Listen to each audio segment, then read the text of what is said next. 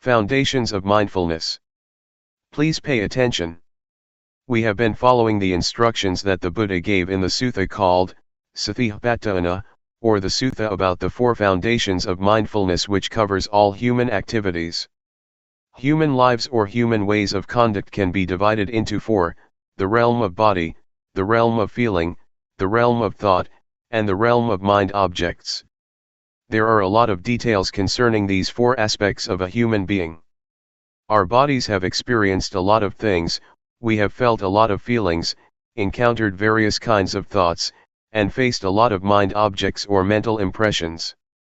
No matter what happens to the body or to the physical form, with mindfulness we can understand the fundamental truth, or the fundamental nature that underlies the activities of the body. Mindfulness gives us insight into the nature of the body. The underlying nature, the fundamental law, that governs the physical realm is what we call the three common characteristics: impermanence, unsatisfactoriness, and no self. Feelings are also subject to the three common characteristics. Every kind of feeling, whether it results from contact with the eyes, with the ears, with the nose, with the tongue, with body, or with mind, is subject to these three common characteristics. Ultimately, feelings have no self. We cannot take them to be a self or a person. If we do not understand the reality of feelings, we will be their slave. We will try to struggle for the pleasant feelings, we will try our best to protect whatever can give us pleasant feelings. A lot of people are busy possessing objects that provide them with pleasant feelings, but they will ultimately find that they cannot keep them all the time. They are subject to change, to vanish. The Buddha always stresses that a feeling is not self, it is not the person, it is not the individual, so do not take it to be a person or self. Worldly beings who do not practice cannot understand what the Buddha said, but we will be able to understand if we practice hard enough. During the past few days we have been here, we may not have attained this insight yet, but it is within our capacity to see, to understand, and to have insight into the nature of feelings. We should understand mind or mental formations too. Thoughts, or mental impressions, are very important because if we are not aware of our thoughts they will give rise to anger, hatred, and delusion. They will give rise to pleasure, pain, sorrow, happiness, and a lot of conventions. Law, rules, regulations, and all sorts of things will come into play and your thoughts will proliferate without end. Thus we should learn to understand the thinking process. Can we see thoughts? Can we know the thoughts that arise in our minds? Do we follow the thoughts or do we just know them, just be aware of them? Do we suffer because of thoughts or do they make us happy? Can we see how thoughts are not self?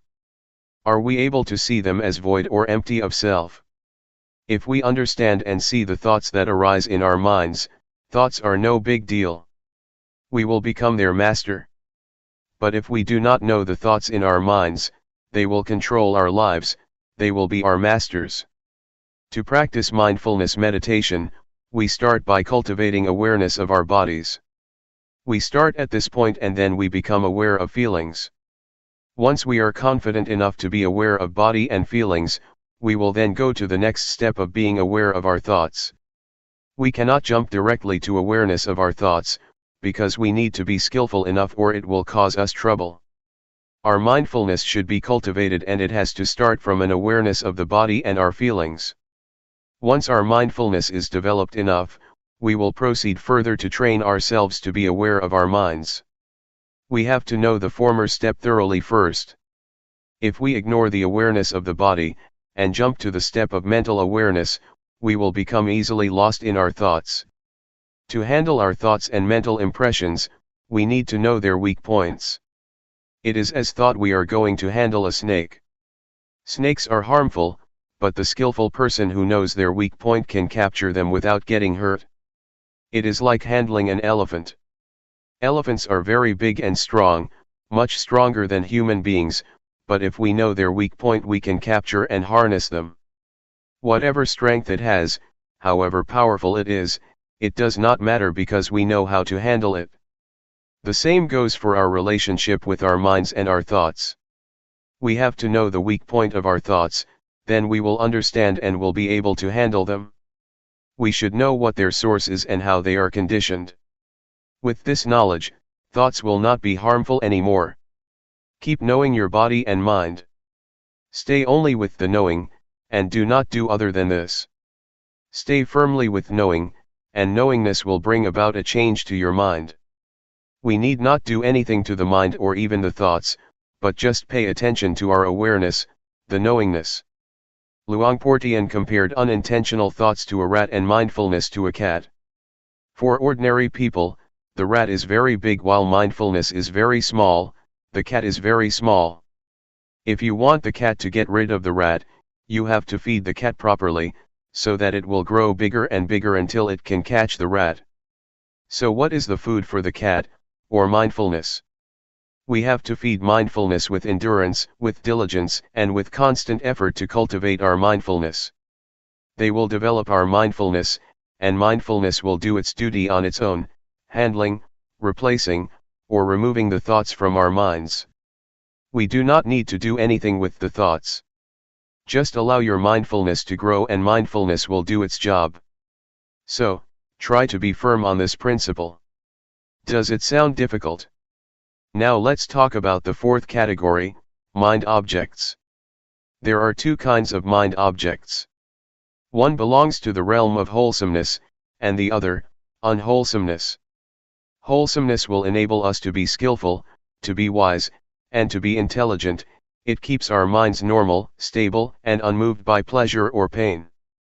The unwholesomeness mind object, the second kind of mind object, always brings trouble to us. It creates a lot of suffering, and it turns one's mind to hell, to be animal-like, or to be a ghost. So, this is what we should be aware of. If we understand these four aspects of reality, body, feeling, thoughts, and mind objects, we have already covered all aspects of a human being, and our study is completed. So try to be familiar with these four realms of our lives, and learn to cultivate awareness of body and mind, of thought and of mind objects. Once we finish such study, our minds will become the noble life, the life that is harmful neither to ourselves nor to other people. It is called noble. Noble means harmless. Do not become stuck in doubt, in uncertainty. I can assure you that all kinds of sufferings, defilement, and unwholesomeness are born out of our ignorance of the nature of body and mind, and strengthened by it. Once we have attained insight into body, feeling, mind, and mind objects, these four aspects, our lives should be liberated.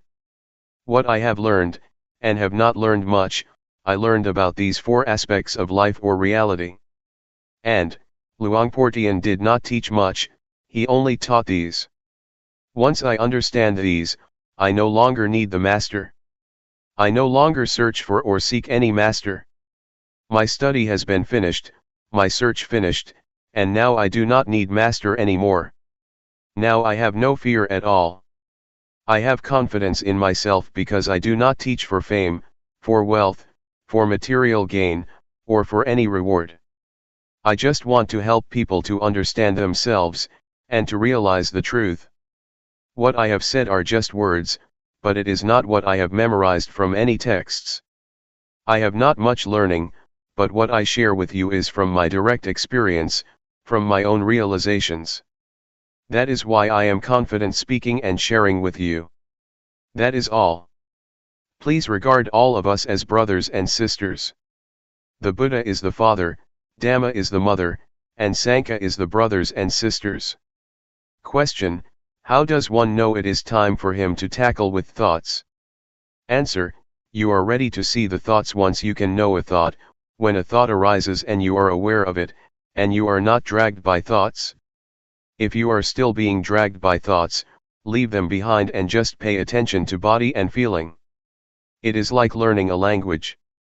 In the beginning, we have to learn from a teacher, and the teacher has to start from A, B, C, D.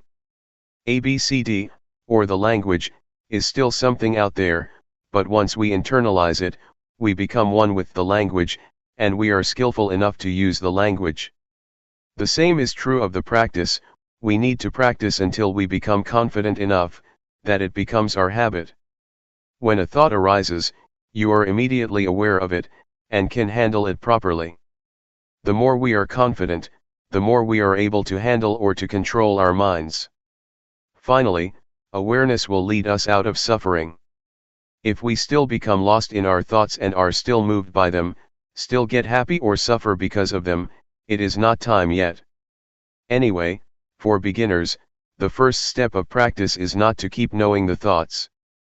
Please be aware of the body first. Once you are competent enough, it is okay to go ahead to the next step of mental awareness. Question: how do you get rid of drowsiness during the practice? Answer: it is natural to get drowsy. Everybody has to face this problem and overcome it. Otherwise, it will become an obstacle to the progress of meditation. Drowsiness is caused by the laziness of your mind. We should activate it. Try to give our mind a job to do. Pay attention to external things, so that it becomes activated again, or change your posture, or feel the vibration of your body. When I started the practice, I kept a bucket of water near me. When I felt drowsy, I used the water to wake me up. When it didn't work, I just put my head into the bucket to wake myself up. Do not close your eyes. Do not yawn, close your mouth and resist yawning. Make your movements stronger, smile, refresh yourself, and feel confident and courageous. Defeat it and subdue it. There are 5 hindrances that obstruct us from making progress in our spiritual activities. The first one is drowsiness, the second is restlessness or agitation, the third is doubt, the fourth is sensual desire, and the last is ill will or hatred. Drowsiness is like indolence, restlessness is like mischief, naughty, or stubborn, doubt has a nature of no self-determination or no resolution. These are the 3 dominant qualities of the mind during our progress. What the Buddha said is already in ourselves. He taught our reality. Question: on the conventional level, we have a saying, follow your heart, not your mind. Answer: it is the wholesomeness in our mind and in our hearts that tell us what we should do. We should transform anger to compassion, suffering to happiness, and agitation to peacefulness. It is wisdom that tells us what to do. If we know this is good or this is bad, if we know this is harmful or this is not, we do what is good and unharmful. I do not know whether you call it heart or mind. Just follow it. Question: just follow it and act on it? So it will not create any cause and effect? Answer: oh, sure, if it is a good cause, if one is mindful, if it is not harmful to oneself and others, it is a good karma. If it is harmful to oneself and to others, that is a bad karma, a bad deed. Question: should we just follow the middle path, if we are not sure whether it is a good cause or not? Just sort of ignore it and not act upon it? Answer: don't worry whether it is from mind or from heart. If you know it is harmful, avoid it. If it is good, act on it. We do not know, and we do not have such an expression in Thai, at least not one that is popular among the Buddhist monks. We often follow the heart and create a lot of problems. It is a different cultural orientation. Question: how does mindfulness work? Answer: you will realize it after you see it very often. You will realize, oh, it is like this. It is a matter of how frequently you see it. Avoid thinking, analyzing, or reasoning. Watch your body until your mindfulness is developed enough, and your mindfulness will be like a fire alarm, a smoke detector. The smoke detector never watches or keeps looking for smoke, but once it detects even a small amount of smoke, the alarm goes off. Mindfulness is like that. you will be aware of even a small portion of thought that arises automatically, without intention. So allow mindfulness to work on its own, do not order it or command it. Mindfulness works like that. Question: can you comment on psychic power, miracle, or New Age? Answer: if it happens and you become attached to it, there is the problem, but if you just see it and let it go, or if you are just aware of it, that is good. But normally people are attached to it. They want something special, but psychic power is not the real miracle. The real miracle, according to the Buddha, is the ability to be aware. When you sit and know that you are sitting, that is the supreme miracle according to the Buddha. Psychic power is the result of concentration, not awareness. If you have strong concentration, then your mind becomes powerful. Monks or people who practice mindfulness meditation seldom attain this power, but it is a shortcut to enlightenment, because you are unlikely to be distracted by psychic power, so you go ahead. Otherwise, you see flowers, you see shopping centers, you make visits, and then progress is delayed, but the delay is enjoyable. As for New Age, do not pay attention to things out there. They are just technology. If you enjoy technology, such as computers, it may seem like progress to you and you may enjoy spending whole day with the computer. You are better in terms of power over technology, but you are not any wiser than other people. Technomania, the same mentality for those who are interested in psychic power in Buddhism, leads to suffering. June 13, 1997. Lifetime practice. We have already studied the sacred Buddhist texts, especially the text on the four foundations of mindfulness. We practice through our experience, which is in reality the sacred text that is already in ourselves.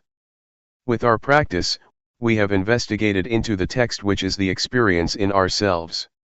We have investigated or trained ourselves to be aware of body, feeling, mind, or thoughts, and mind objects, the key points in this sacred Buddhist text. How can we see them? We see these four phenomena through mindfulness. With mindfulness, we are able to understand the reality of these four aspects. We have to cultivate mindfulness or awareness in order to see these four aspects of reality, otherwise, we cannot have understanding. We cannot know body, feeling, thoughts, and mind objects with intellect, nor through reasoning or analytical mind. The only way is to realize, to experience ourselves, then the realization will arise. We have explored the realms of the body, feelings, mind, and mind objects. In fact, there are many details in the realms of body, feeling, thoughts, and mind objects. The more we practice, the more we experience the reality of these four realms, the more we are familiar with the sacred Buddhist text. Keep trying.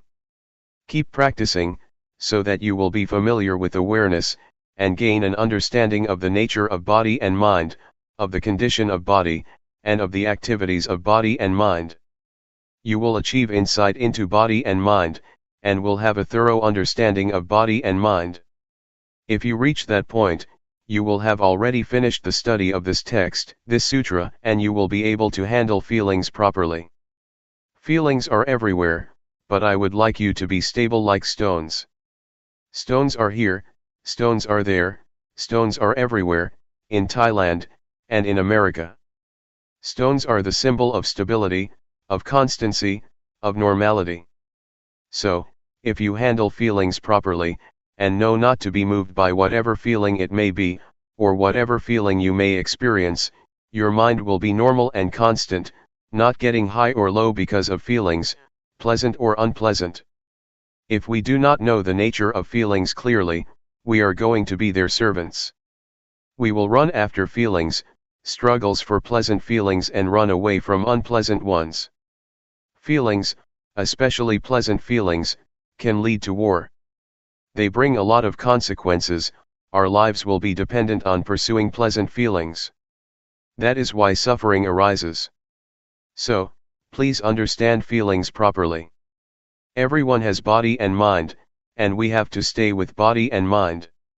We also all share the same feelings and mental impressions. They are present in all of us.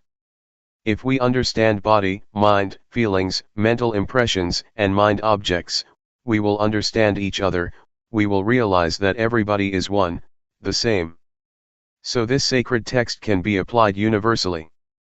The Buddha has already laid out the formula to understand human beings, to understand ourselves. So, please try to learn the sutra, this text, through our practice in cultivating awareness and mindfulness. If we know this reality thoroughly, completely, our search for the meaning of life is complete. We have already graduated, there will be no need to study anymore. We get high or low, depressed or happy, feel pleasure or pain. We are up and down because of feelings or emotions, because we take them to be substantial, to be a person. We make them personal because we do not understand the real nature of these mental impressions. Somebody may feel, during the practice, that they are tired. But if you understand mental impressions clearly, you would rather say, tiredness is present in me, not, I am tired. We do not take tiredness to be ourselves or to be a person. So please develop an observer in your mind, within yourself. Just see the feeling, acknowledge it, notice it, don't identify with it, and you will learn how to be free of it. So, keep looking into yourself, keep observing, keep seeing, and you will be free, will see, will understand its real nature. If you see it frequently, the truth of body and mind will reveal itself for us to see. Actually, the truth reveals itself at every moment, but since we do not know how to see it, we miss it. There are a lot of consequences of not understanding the truth of body and mind. Defilement, anger, hatred, delusion, selfishness, and suffering, are all results of our inability to see body and mind properly. So, it is very important to learn seeing body and mind, to be aware of body and mind. Thought, or the thinking process, influences our speech and our conduct. Thus produces a lot of consequences and affect people in various ways, from one person to another, forming chain reactions. So, simply put, thoughts can produce a lot of consequences. But if we see the thoughts and understand their nature, they will not have as much influence or consequences. Unintentional thoughts cannot last if you see them, if you are aware of them they are not substantial. Once we are aware of them, they just fade away, so do not think they are substantial. Just be aware of them. They cannot produce consequences. A thought has no end, it is always concocting reality. If we do not know the way of the thought it will start another one and another, without end. There is a story of a dog in a monastery. Sitting under the staircase, the dog saw a monk returning from the alms round with food. It thought the monk very lucky because he could get food easily. After finishing his breakfast, the monk gave the leftovers to the dog. The dog had the idea that being a dog is even better, it can have food easily without having to go through the village. But after a while, a monastery boy beat the dog and the dog changed its mind, I would like to be the boy because he can beat the dog, he is superior to the dog. After the boy went to sleep, a fly buzzed over him, and the boy made a fuss trying to get rid of the fly without success. So, the dog thought being a fly would be better because he could disturb the boy, and the boy would not be able to get rid of it. A while later, though, the fly flew to the dog's mouth, so the dog just stretched his tongue out and caught the fly. He finally realized that to be a dog is better because he could overcome the fly. This is the concocting mind, the power of compounded thinking without end. We change our minds all the time. In a thought itself, there is truth, the truth of the thought, the cause of suffering as well as the cause of happiness, the truth of the way, the suffering and the way out of suffering, the truth of attachment and the truth of detachment. Thought is not a self, it is subject to condition. You have to understand that thoughts are created by conditional factors. They cannot exist alone. So we have to understand the conditions that produce the thoughts. All kinds of truths about suffering and the cessation of suffering can be learned, can be known within the truth itself. Truth is not a self. It is a condition. You have to understand. The Buddha said to Sariputta, that things and existence are produced by causes. They are governed by the law of causality. If you want to extinguish this, you have to get rid of that, because that is the cause of this. This is the law of causality, the law of dependent origination. So, if thoughts are subject to this law, they have causes and sources. If we want to get rid of an undesirable thought, we need not suppress it or eliminate it, but we should trace it back to where it came from, and then deal with it. Buddha achieved victory because he knew how to deal with the cause of suffering. So, to understand the underlying cause of thoughts, we need to develop awareness. Our awareness should be totally developed, full awareness. The way that the Buddha mentioned in many sermons, including the first sermon, was formalized and laid out in the text of the Four Foundations of Mindfulness. The way that he mentioned is important. If you follow that way, you will learn how to realize the truth properly. The nature of all existence is subject to impermanence, unsatisfactoriness, and no self. If you do not understand this, you will get high in pleasant feelings, and get low in unpleasant feelings. Life cannot always be pleasant, you will sometimes suffer. Our minds are moved up and down. But if we know all objects, all feelings, and do not take them to be substantial, do not identify ourselves with them, they can neither harm us nor disturb our minds. This is what I would like to stress. The retreat is not over as long as we have breath or are alive. We need to practice as long as body and mind exist with us. As long as we still have feelings and emotions, we need to continue our practice. To give you an idea that we are not alone, anything happens to us, noise, voice, people, sight and sound, taste and smell, from surroundings, have involved our lives. We have to learn to deal with all sorts of things properly, so that we will not suffer. June 14, 1997. Buddhist meditation in a nutshell. I would like to talk about the problems of meditation. They are problems that we all share: drowsiness, pain, tiredness, and exhaustion. These problems are quite normal for the practitioner. We have all experienced the same kind of problems. The only duty we have is to be mindful in every moment and in every situation. Whether you are drowsy, tired, or feel pain, try to be mindful in that situation, meaning you are not disturbed by these problems. Do not regard them as obstacles, but take them as experiences that enrich your practice. Because skillful practitioners have to learn how to deal with various kinds of experiences. Do not try to find answers in the intellect or in your brain, or try to investigate into the thoughts, or make reasons for what you have experienced. Just feel. Just stay aware. The practice of awareness will bring you insight or wisdom. It is the wisdom that is not the result of intellect or rationalization, but of repeated practice. This kind of wisdom enables you to understand the nature of reality. And the practitioner who concentrates on this kind of practice, will obtain wisdom in return. This is what we call wisdom resulting from practice, not from intellect or from memorization. There are 4 kinds of objects that you should be aware of. The first is the body. The second is the feeling or sensation: coldness, heat, happiness, suffering. These are all in the realm of sensation. The third is thoughts, and the fourth kind of object is what we call mind objects. Mind objects mean the states of the mind or mental qualities.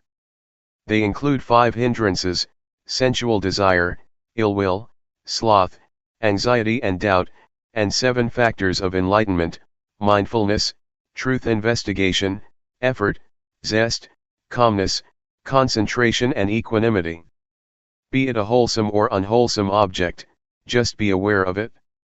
So train yourself to be aware of these 4 objects over and over.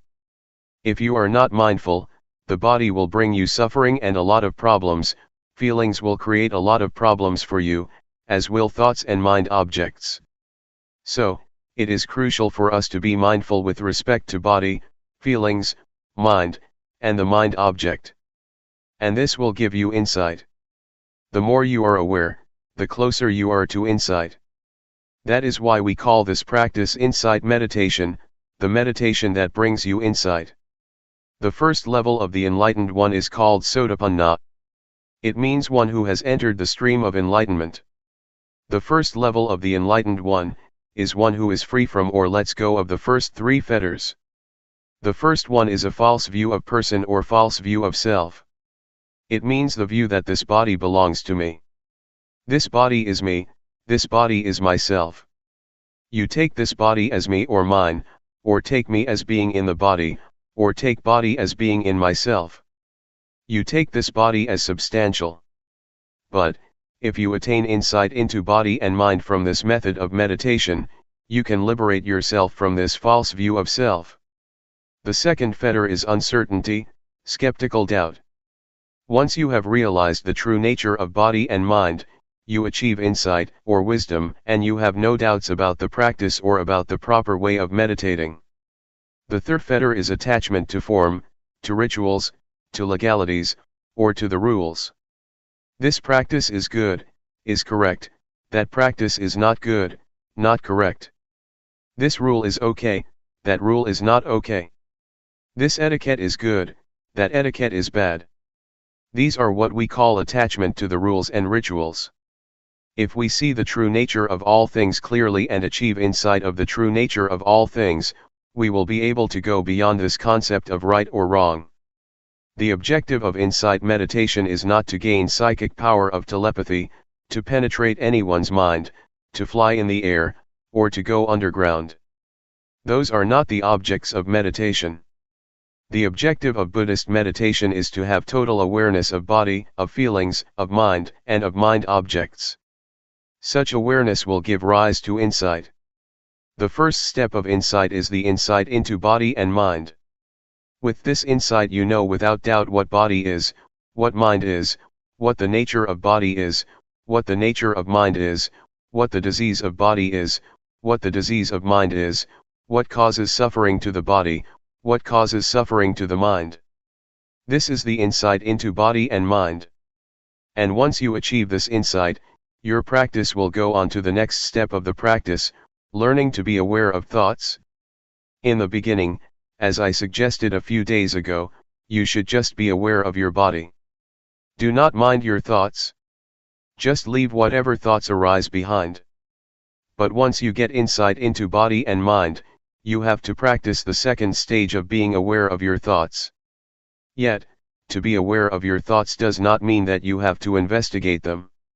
Just see them, register them, and then turn your attention to the practice of body movement. Do not bargain or negotiate with your thoughts, not try to find the motive or reason behind them, do not ask yourself why you have such thoughts, why your thoughts are unwholesome. Not at all. Just be aware of them and come back to the practice. From this second step of practice, another kind of insight will take place. With this insight, you can go straight. The truth will reveal itself and you will see things clearly without using analytical thinking. You just see it and understand it. So, it is as if you go straight without interruption. Once you achieve a certain kind of insight, you will be able to look back and see what you have already passed. I would compare it with my walk here from the pond. I just go straight from the pond to this hall, and when I turn back I can clearly see everything that I have passed. This is the state of the mind that gets you insight. Is it difficult to understand? This practice which develops mindfulness, is the practice that includes all kinds of training. In Buddhism we have three kinds of training, we call it threefold training, training in higher morality, training in higher concentration, training in higher wisdom. With this practice you will go through the threefold training because with mindfulness you observe morality, mindfulness also gives rise to concentration, and later wisdom arises from the practice. Once you achieve the insight that I mentioned, you will have no doubts about evil or goodness, and you will have no doubt about religion, what Buddhism is. You will have no doubts because it is clear to you, and there is no need to ask yourself what you have achieved. It is as if you take breakfast or lunch. Once you are full, you know you are full. You do not need more food. It is a realization nobody needs to confirm for you. You can confirm it for yourself. It is all right or good for you to experience drowsiness, frustration, and anxiety, because they help you learn. They come for you to see them, and the more you see them the more you will understand, just as the more often I see you the more I know you. I cannot mistake anybody for you. Once these mental qualities appear to you, do not be lost in them. Try to see them, do not identify with them, but see them, observe them. And the more you see them, the less likely they are to disturb you. They will gradually fade away. July 8, 1997. Insight Meditation. It's time to give a talk to complement your practice. We are practicing meditation to develop mindfulness, according to the system that the Buddha developed. This system of practice was not invented by Luangpor Teean or by anybody else, but was developed thousands of years ago by the Buddha. It is called insight meditation or Vipassana meditation. It is different from the calmness meditation, that was developed even before the time of the Buddha. The primary aim is to develop insight through mindfulness. The mindfulness that we experience or have already developed, is the same mindfulness that the Buddha experienced. And the body that we are going to be aware of, is not different from the one that the Buddha used as an object of meditation. The feelings or the sensations that we need to be aware of are also the same that the Buddha meditated on. And all the hindrances that we encounter, be it anxiety, uncertainty, indolence, anger or sensual desire, are also the same that the Buddha faced and overcame. So, what we do is not far from what the Buddha did or experienced. There are two objects that we have to be aware of, body and mind. That which moves is body. The hand's movement is the body's movement. That which receives sense impressions or that which think is the mind. The primary objective is to enable us to be aware of the body in the beginning. This practice enables us to be aware of every moment, every movement we make, either in our daily lives or in the formal practice as we are doing now. Sometimes we take this body as mine. We take our thoughts to be my thoughts, to be myself, or to belong to myself. These are misperceptions, or false views. We should take the body as body, mind as the mind, and nothing beyond that. The body follows the laws of nature. It has its own nature. The body is also subject to change. It has feelings. Do not take feelings or physical sensations as self or as substantial. They are just the condition of the body, just the feeling of the body. The same applies to the mind. There are many kinds of mental states: anger, drowsiness, anxiety, happiness, suffering, etc. These are not the real nature of the mind. They are just the activities of the mind or the conditions of the mind. The nature of the mind itself is peaceful and radiant. Again, do not take the negative emotions as the nature of mind. They are just the conditions of the mind. Please differentiate between these two aspects, nature and conditions or activities. If you have this understanding, the understanding of the nature and conditions of body and mind, you have already achieved insight into the reality of body and mind. When we develop mindfulness, it enables us to see and to be aware of body as body, feeling as feeling, mind as mind, and do not take them to be selves, to be ourselves, to be me, or to be mine. When anger, anxiety, or suffering arises, please see them as they really are. Recognize that suffering is present in me, but I am not suffering. Anger is present in me, but I am not angry. Drowsiness arises in me, but I am not drowsy. Try to see or to be aware like this. Do not take any emotion as yourself or belonging to you. Just take it or see it as it is. That is the proper attitude to have.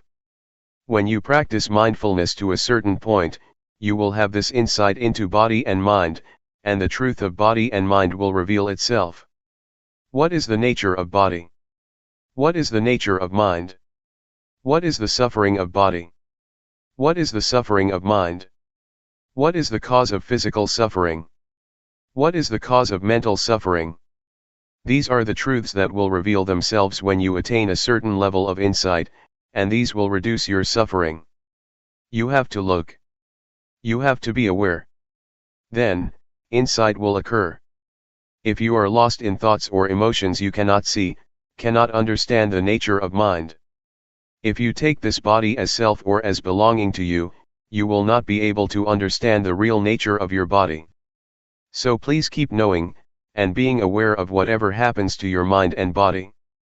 Do not identify yourself with thoughts, feelings, or emotions. Just see them.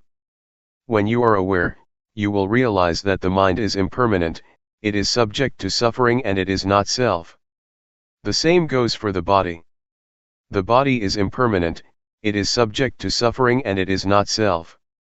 These are the insights, the results of awareness. Can you understand? The noise disturbs us but sound is just sound. Do not bother with it. Don't be disturbed by noise. Just accept it. That's the way it is. Do not let it have an effect on you.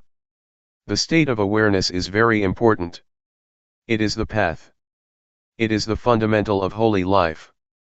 It is the whole of the training.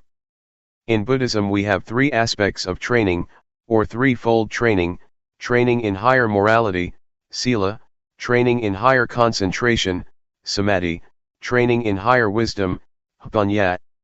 If you practice mindfulness, you have already undergone this threefold training. Awareness enables you to be free from thoughts, free from mental states. It enables you to let go of these elements. And if you achieve the full awareness you will be free from birth, aging, sickness, and death. You will no longer be disturbed by them. Mindfulness is the instrument to get rid of attachment, to let go of attachment, attachment to body or form, attachment to feelings, attachment to perceptions, attachment to mental volition, or attachment to consciousness. These 5 kinds of attachment, or attachment of 5 aggregates, will be dissolved by the power of awareness. The Buddha once said that attachment to the 5 aggregates, form, feeling, perception, mental volition, and consciousness, is suffering. It is the cause of suffering. So if you are able to let go of the attachment to the 5 aggregates, suffering cannot exist. That's why the Buddha calls it the supreme victory, the victory of letting go of these attachments. For this to be possible, you need to have full awareness, total mindfulness, which will enable you to see the way things really are, and to understand the nature and the conditions of things. The nature of things is impermanent, unsatisfactory, and no self. The conditions of things are subject to change. Pleasant, unpleasant, agreeable, disagreeable, content or discontent, these are the conditions of things that keep changing. They are not reality. What I told you is the truth, the Dhamma, it is not a fiction or an invention. And this state of insight is not beyond your reach. It is in your capacity to attain the truth, to realize the truth. Keep practicing. Develop awareness as much as possible. Do not waste your time on thoughts or on the thinking process. Just practice. Do not dwell on your thoughts. That's all for today. July 9, 1997. A handful of Buddhism. We are learning to practice meditation. The purpose of meditation is to develop awareness and mindfulness. The more we exercise awareness, the more we develop it. It will become present in our bodies, and our minds will become familiar with our bodies because of mindfulness. Try to make your mind familiar with your body, so that it will be with your body. People are differentiated by their actions, karma. Karma is the determining factor that differentiates all of us. If we practice mindfulness, it is the action that can determine our lives and have an effect on us. Keep practicing mindfulness. If we practice enough and properly, it already includes the training in higher morality, the training in higher concentration, and the training in higher wisdom, or what we call, the threefold training. There are many things that keep us from being aware, and keep us from knowing. There are sensations, or feelings. If we are caught up in feelings, our mind is turned from ourselves or from the body, and we do not experience awareness. Unintentional thoughts also keep us from being aware. Be they good thoughts or bad thoughts, If we are distracted by them, awareness disappears and we cannot create the desirable karma of practicing awareness. So try to turn your mind away from those feelings and thoughts. Do not become distracted or disturbed by them. If you become aware and keep knowing your body, you will realize later that the unintentional thoughts are like the garbage. They are undesirable and we are no longer tempted by them as before. We do not refuse or reject feelings or thoughts, but we are not to be caught up in any of them. Mindfulness enables us to be aware of these feelings and thoughts, and mindfulness enables us to bring the mind back to the body's movement. We keep knowing, keep being aware, and keep returning our attention to our bodies, rather than being lost in our feelings, emotions, or thoughts. These will give rise to insight. We will see clearly that the unintentional thoughts are garbage that cannot trick us anymore. Formerly we may have enjoyed thinking the thoughts, falling into them, getting caught up in them. But once we see them as garbage, we feel ashamed of ourselves, and we no longer want to bother with them. This is the insight that you can achieve from thoughts themselves. They give you this lesson. When thoughts arise, just be aware of them. And I myself, as I told you yesterday, have been caught up in thoughts for many years, never aware of how they determined my life. But one day I was suddenly aware, I suddenly understood. I suddenly bumped into a thought, saw it face to face, and finally overcame it. My thoughts could not tempt me or trick me anymore. This was the decisive victory. Before that, I was the slave of my thoughts which concocted greed, hatred, and delusion. With thoughts, greed, hatred, and delusion arise. A lot of thoughts become the consequence of those defilements. Once I understood and saw the thought clearly, I became its master. The thoughts cannot be my master anymore. This is the insight, the result of accumulated awareness. The four categories, body, feelings, mind or thoughts, and mind objects, keep coming into our lives. We experience all of them. During practice, they keep coming, keep arising, and keep disturbing our minds. We do not know how to deal with them because we do not have enough mindfulness. But if our mindfulness is strong enough, they just come for us to learn and see their nature clearly, to see that they are temporary states of mind. There are two kinds of nature, the nature of body and mind, and the conditional state of body and mind. These are the two aspects of body and mind that we can realize, that we can understand. Later we can see where thoughts come from. Where are they? What is their source or origin? What is their stronghold? We can know it all. We will also be able to know the three characteristics, impermanence, unsatisfactoriness, and no self. We will know what they are, and we see everything in terms of them. This insight is possible because of the mindfulness that we keep developing. Everything that we experience can be put into two realms, body and mind. It is all related to these two realms, body and mind, and no more than that. When we are aware of the body and mind, we can see the two aspects that I mentioned earlier, the true nature of body and mind, and the conditional or the temporary state of body and mind. For example, feelings, whatever they are, heat or cold, pleasure or pain, happiness or suffering, these are not the true nature of body and mind. They are just the temporary states or conditions that keep changing. This reality or insight will reveal itself. These are the insights that keep coming to the mind. Be attentive to your practice. Do not bother with the practice of other people, looking to see how they practice, or how long they practice, or how well they practice. Don't worry about whether you yourself are practicing rightly or wrongly. Just keep knowing. Just maintain awareness. Just stay mindful. All your problems will be solved on their own. After you have progressed to a certain extent, you will find that many problems just disappear on their own, like drowsiness or scattered thoughts, etc. Mindfulness is the only fundamental of the practice. Just stay firm with mindfulness or awareness. There is no more than that. With mindfulness, the factors in codependent origination can come to their end. When you have contact with the world and have feelings, they will not produce defilement or any consequences. They just stop there if you have mindfulness. But if you do not have mindfulness, they will produce other factors. So just let the progress of codependent origination stop at the stage of feeling, and there will be nothing more. Once insight into body and mind arises, delusions appear, and the truth will reveal itself. After you have insight into body and mind, another insight will result, the understanding of conventional reality and the ultimate truth. With that, greed, hatred and delusion are reduced. You achieve insight into the three common characteristics of impermanence, unsatisfactoriness, and no self. Again, this will reduce greed, hatred, and delusion dramatically. These are the results of the practice. They are the insights that will occur on their own. That's why I always say that the practice of mindfulness is the perfect formula of meditation. It is perfect in every step, every stage of the practice. There is no more than that. All virtues, all teachings are included in the practice of mindfulness.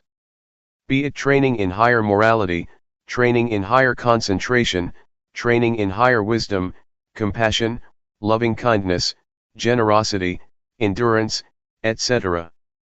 These are all virtues that you have already practiced through mindfulness meditation. In fact, the key teachings or the key virtues, according to Buddhism, are just a few, just a handful. July 11, 1997. Letting go. What we are doing now is following our Master, the Supreme Master, the Buddha, who developed this meditation a long time ago. He used his body and mind as the text or scripture for studying the Dhamma through cultivating awareness of the body and mind. Apart from the body, we should also be aware of feelings, thoughts, and mind objects. Mind and body are like a sutra that covers a lot of subjects, a lot of knowledge that we should know. We are able to learn about heaven, hell, happiness, suffering, morality, concentration, and wisdom, from our body and mind through awareness cultivation. The causes of disturbances and problems in this world are in the realm of body and mind. On the other hand, the cause of peacefulness and happiness can also be found in the realm of body and mind. I need not explain more about this, but I would like to talk about the practice. The practice can be done by cultivating awareness of the body. Please try whatever techniques that can be used for awareness cultivation. Actually, what Luangpor Teean taught is very up-to-date, never obsolete, very modernized, and suitable for the modern age. This method is a universal one because everybody has body and mind. All of us have the same properties, regardless of nationality, language, race, gender, etc. We all have the same properties of body and mind. Just try to breathe in and breathe out with awareness. When you breathe in, be aware of that in-breath, when you breathe out, be aware of that out-breath. And we will become one. Breathe in and breathe out. Let's try breathing in and breathing out. If we have awareness, all of us will become one. Otherwise, we are different people, behaving differently in our own way. Awareness, mindfulness, or the breath, are all things we already have, so they are not difficult to practice. The awareness of breath and the awareness of the body's movement are the same. So how can we achieve awareness? Nothing can keep us from cultivating awareness. The only factor is ourselves. If we practice, awareness can be developed, it depends on us. We have already done many things, chantings, devotions, offerings, performing merits, studying scriptures, etc. Another thing that we should do is practice meditation. What Zhuangyan Monastery has done is to follow the path of the Buddha, encouraging people to practice meditation. Although not many people are interested, it is a good activity. Other Buddhist practices such as offering food to the monks, offering materials to the temples, observing the precepts, or studying the texts, are not lacking in society. What we lack is awareness. We have problems regarding the body and mind. We suffer because of body and mind. greed, hatred, and delusion arise because we do not know how to deal with body and mind properly. For example, delusion occurs when the eyes or ears make contact with a sight or sound, and we are not aware. When you have awareness, forgetfulness and delusion just disappear. They are opposites. When awareness arises, the forgetfulness cannot stand. It just disappears. I would like to ask all of us, which, up till now in our lives, has been more powerful, awareness or forgetfulness? It is not difficult for awareness to arise if we start counting on ourselves. Buddhism starts from the individual, transforming the individual first.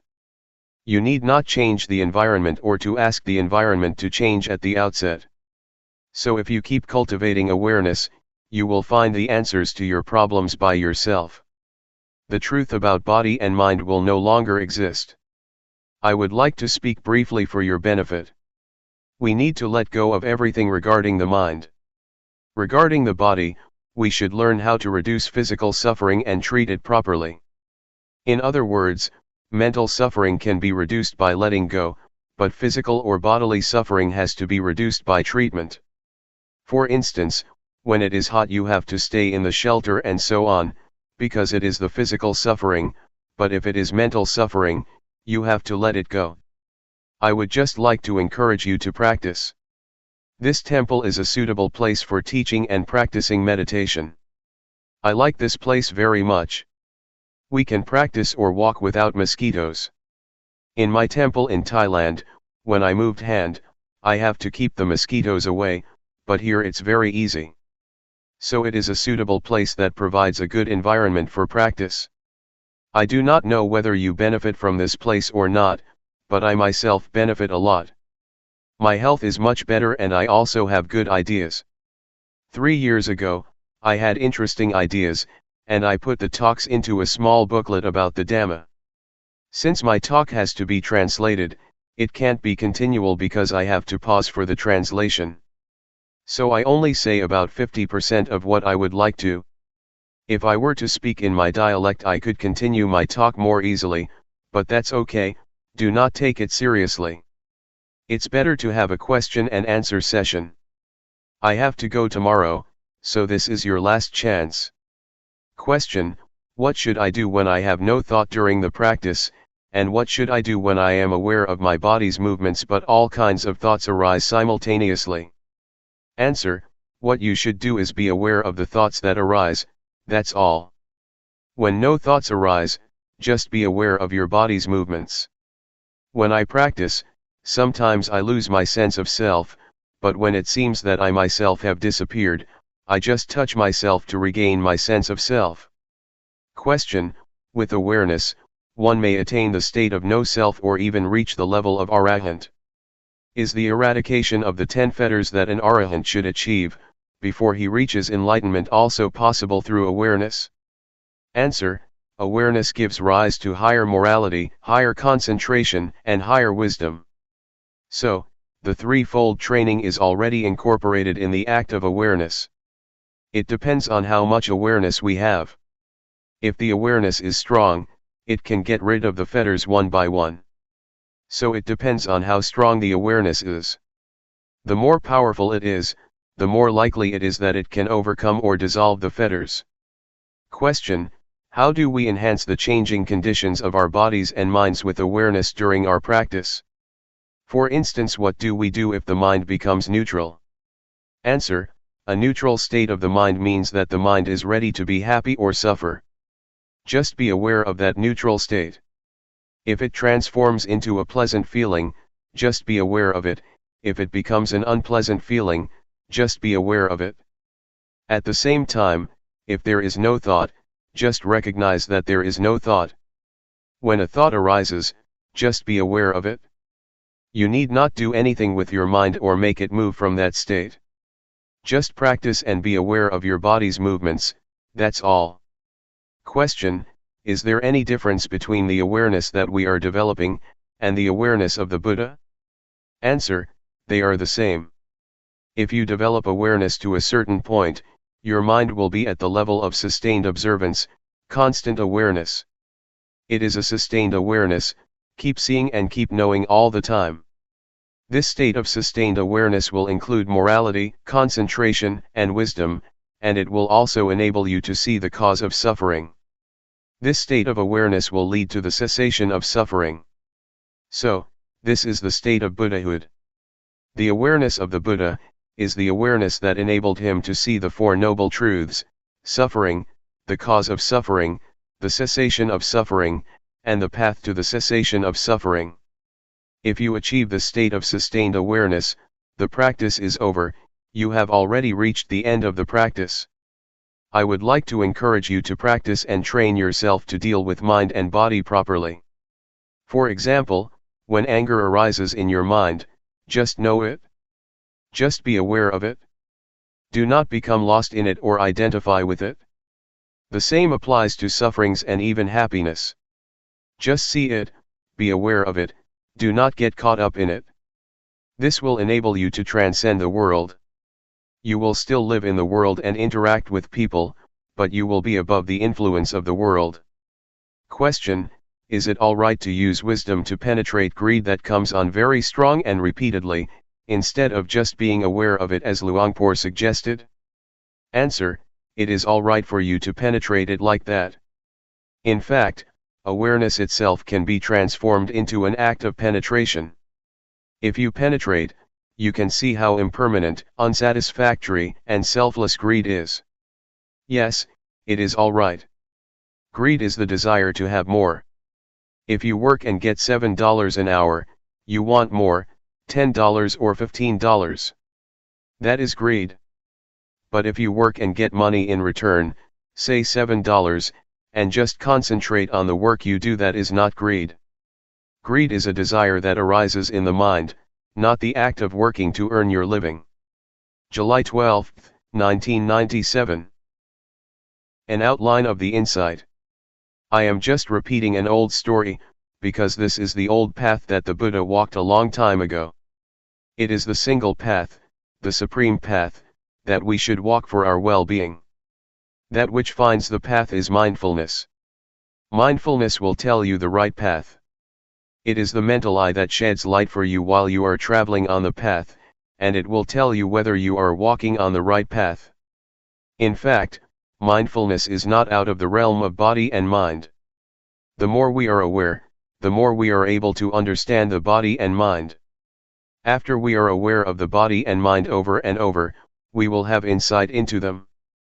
Previously, you took body and mind as yourself, as belonging to you, but once you have insight into body and mind, you see them as they really are. We use mindfulness or awareness as the eyes for us, to look into the body and mind, and the truth will manifest itself. This will enable us to understand the nature of body and mind, to see and understand why the body and mind do good or bad, to understand the sickness or the suffering of body and mind, and to see the conditions or the factors that give rise to these sufferings. It also enables us to understand the activities, the temporary state or conditions, of body and mind. These truths will manifest themselves to us. Insights occurs to us like a door that is opened. Once it is opened, we can look and see inside, and everything inside is clear to us.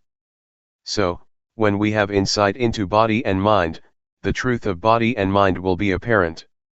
We will see the sufferings of body and mind, and we are interested to see what else come after them.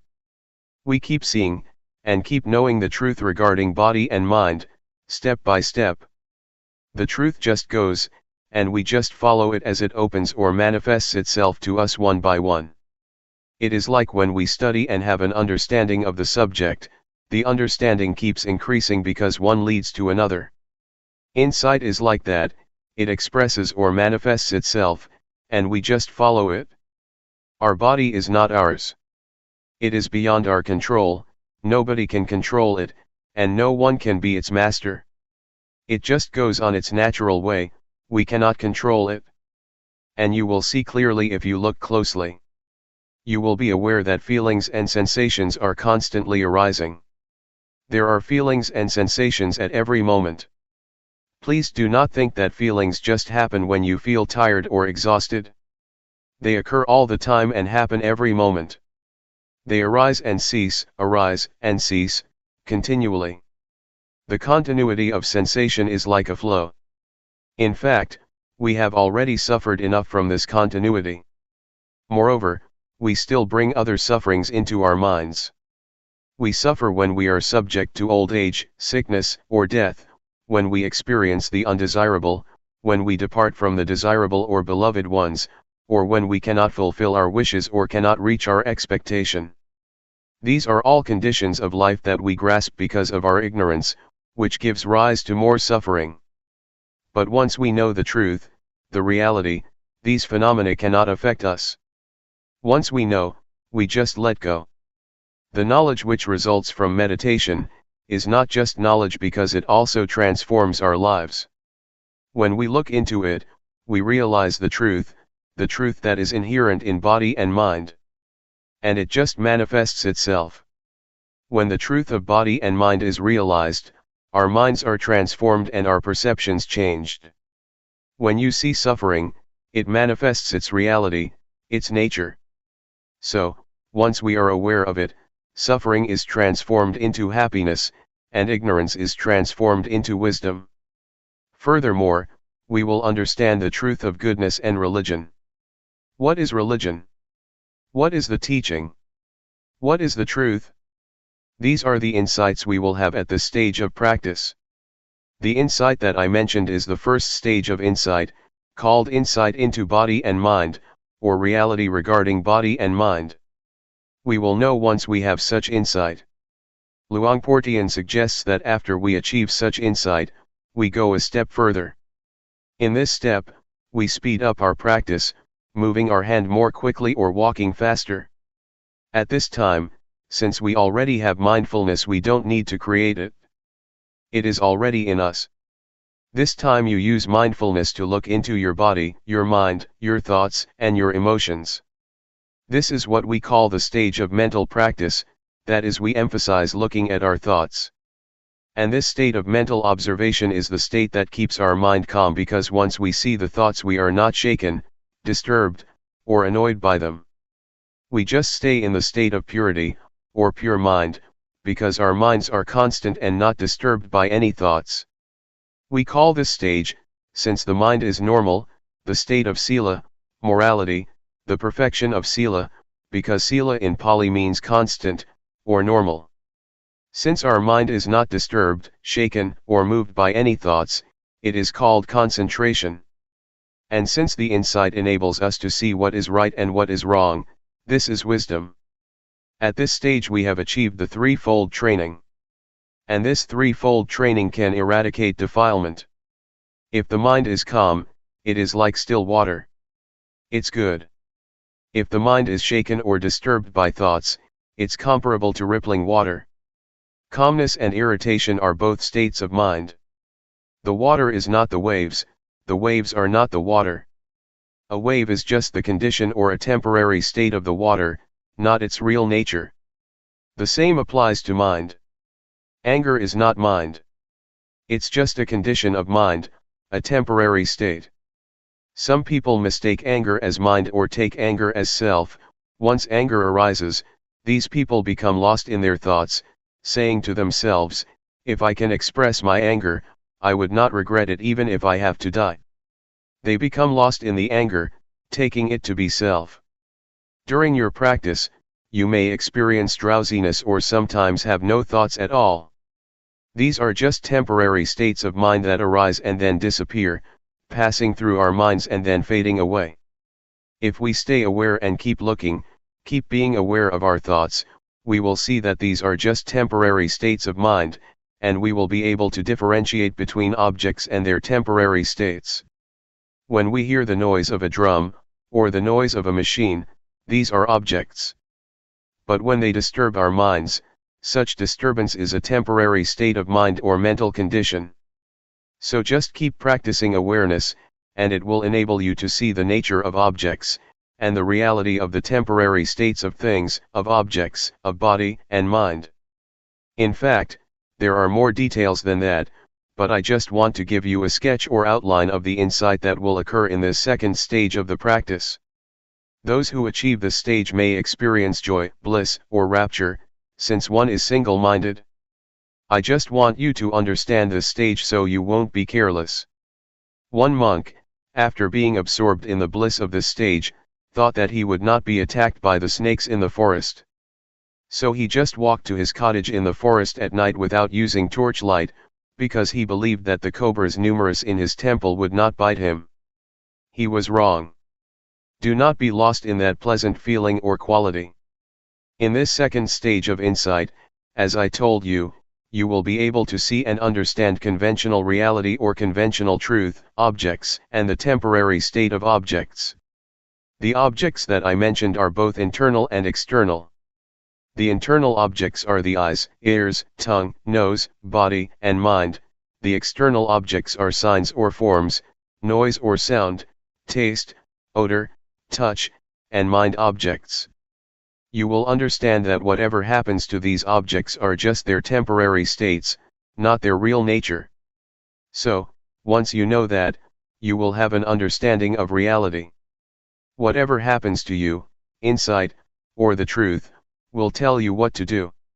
Whatever obstacles or difficulties you may experience in your life or in your mind, even if they are hindrances or negative feelings in your mind, the insight into body and mind will rush to help you, and you will get over them, overcoming them easily. You will go straight through them. The second stage of insight, the differentiation between objects and the temporary states of objects, will rush to help you. The insight into the three common characteristics of impermanence, unsatisfactoriness, and no self, will also accompany you and come to your rescue. That's how you can go through your problems without many difficulties. Awareness enables us to see good and bad, to see happiness and suffering, to see calmness and drowsiness. Once you see it, just see it. Do not get into it or identify with it. I would like to put awareness into a nutshell and give it to all of you, so that you can apply it to your daily lives. Awareness itself is enough. It is the essence or the heart of the practice, and it will enable you to be born of the Dhamma, to be born of the truth. You can be a monk on your own. In our chanting, there is a word in Pali, Saddhammasho. Saddhammasho means that the monks, or the Sangha, are born of the Dhamma, of the realization of the truth. So, if you have realized the truth and your life is born of the truth, you are already a monk or a part of the Sangha, the noble community. Awareness is the only fundamental for the practice that we can rely upon. In the beginning, we start our practice with mindfulness. In the middle or in the process, we depend on mindfulness or awareness. In the end, the goal or the destination is still mindfulness. So, mindfulness is not only the path but also the goal. Mindfulness shows us the path, the proper path, to live our lives. And this enables our minds to be transformed, or born of the Dhamma. That is why I say, you can be a monk, a bhikkhu, a real bhikkhu, not just one in uniform. If you look at the time of the Buddha, a lot of his disciples became enlightened first, or in my words became monks first, and then were ordained by the Buddha. Almost half of the great disciples of the Buddha attained enlightenment before receiving ordination. That's why I said that we can be monks if our minds are born of Dhamma, or if our minds are supported or sustained by Dhamma. You need not have a robe like me to be a monk or a bhikkhu. It is normal that awareness at this stage can be regressive. But once you arrive at a certain stage, it will stay unchanged. At this stage, you have to continue your training until you arrive at the stage where you need not train yourself anymore. Asakha means the state of mind that requires no further training. Those who arrive at the state of asakha, the state of mind that requires no more training, have reached the state of arahant. What Luangpor is chanting are the verses that the Buddha preached to his mother in heaven. That's all for now. I would like to say goodbye to all of you. July 13, 1997.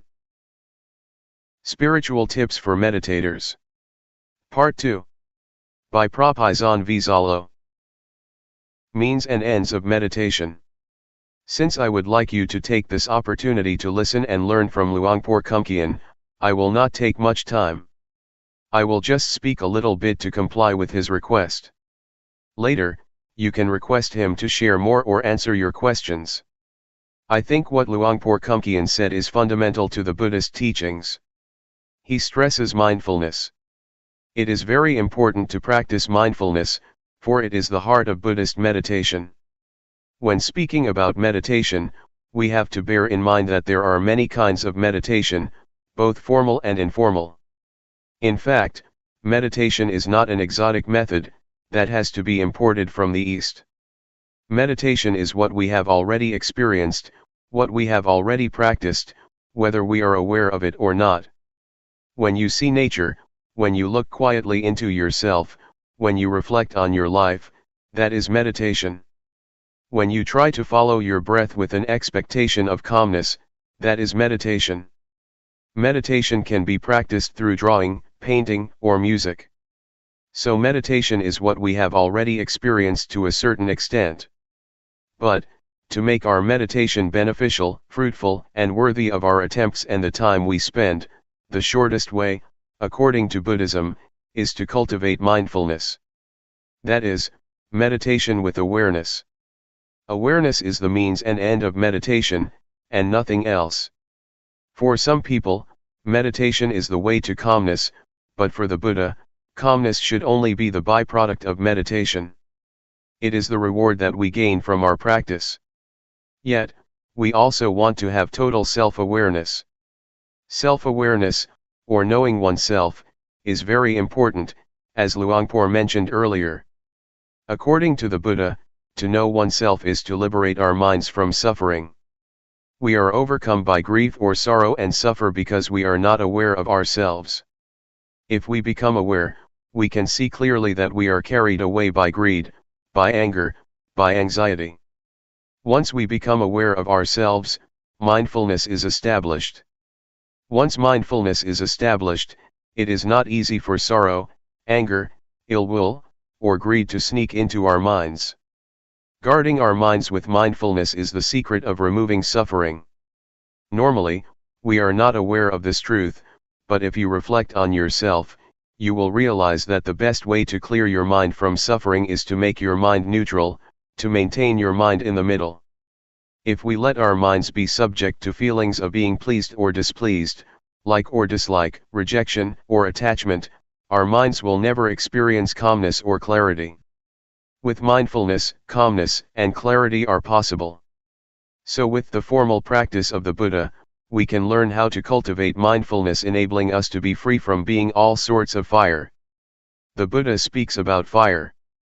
There are three kinds of fire that burn us at every moment, every day, every hour, every minute: the fire of greed, the fire of hatred, and the fire of ignorance. The fire of greed or the fire of desire, be it sensual desire or desire for becoming, always burns our mind, and that make us feel as thought we are lacking. It is quite strange that the sense of lacking is prevalent in Western societies. Despite the material richness, despite the abundance, people are overwhelmed by the sense of lack. They may have a lot of things in their houses, they may have a lot of money in their bank accounts, they may have success in their careers, but people still feel that they lack something. That is why they try to gain more and more, consciously or unconsciously. Mindfulness is very effective at stimulating the knowing element in our minds, the conscious element in our minds. It not only helps us to be awake but also brings calmness, which leads to clarity. And once our minds become clear, insight into the nature of mind is possible. That is why mindfulness is very important. June 8, 1997. The art of meditation. You may have noticed the relationship between body and mind during your practice. They affect each other and we should make the best of them for our practice. You may have observed that when you are upset or mentally tense, your breath may become shallow or you may have chest or leg pain. If you understand this relationship, you can learn how to relax your mind by controlling certain parts of your body. For example, breathing deeply can help you relax. If you want to gain or to attain a desirable of mind, you cannot force the mind directly, but you can condition it by making your body more conducive to the state of mind. The mind is uncontrollable, but it can be conditioned indirectly, by either the body or external surroundings. For example, if you are in this room, you may feel drowsy, but if you go outside, you are refreshed because of the open air, the open space. The drowsiness disappears. That is the relationship between external surroundings and the mind. Use this knowledge of the relationship to the benefit of your mind. If you sit upright during sitting meditation, for example, it is easier for the mind to collect, to concentrate, and to be calm, but if you lean against a wall, you may be sleeping. If you feel very tense, lying down will be helpful, but if you feel normal, lying down will make you sleepy. This is the relationship between body and mind.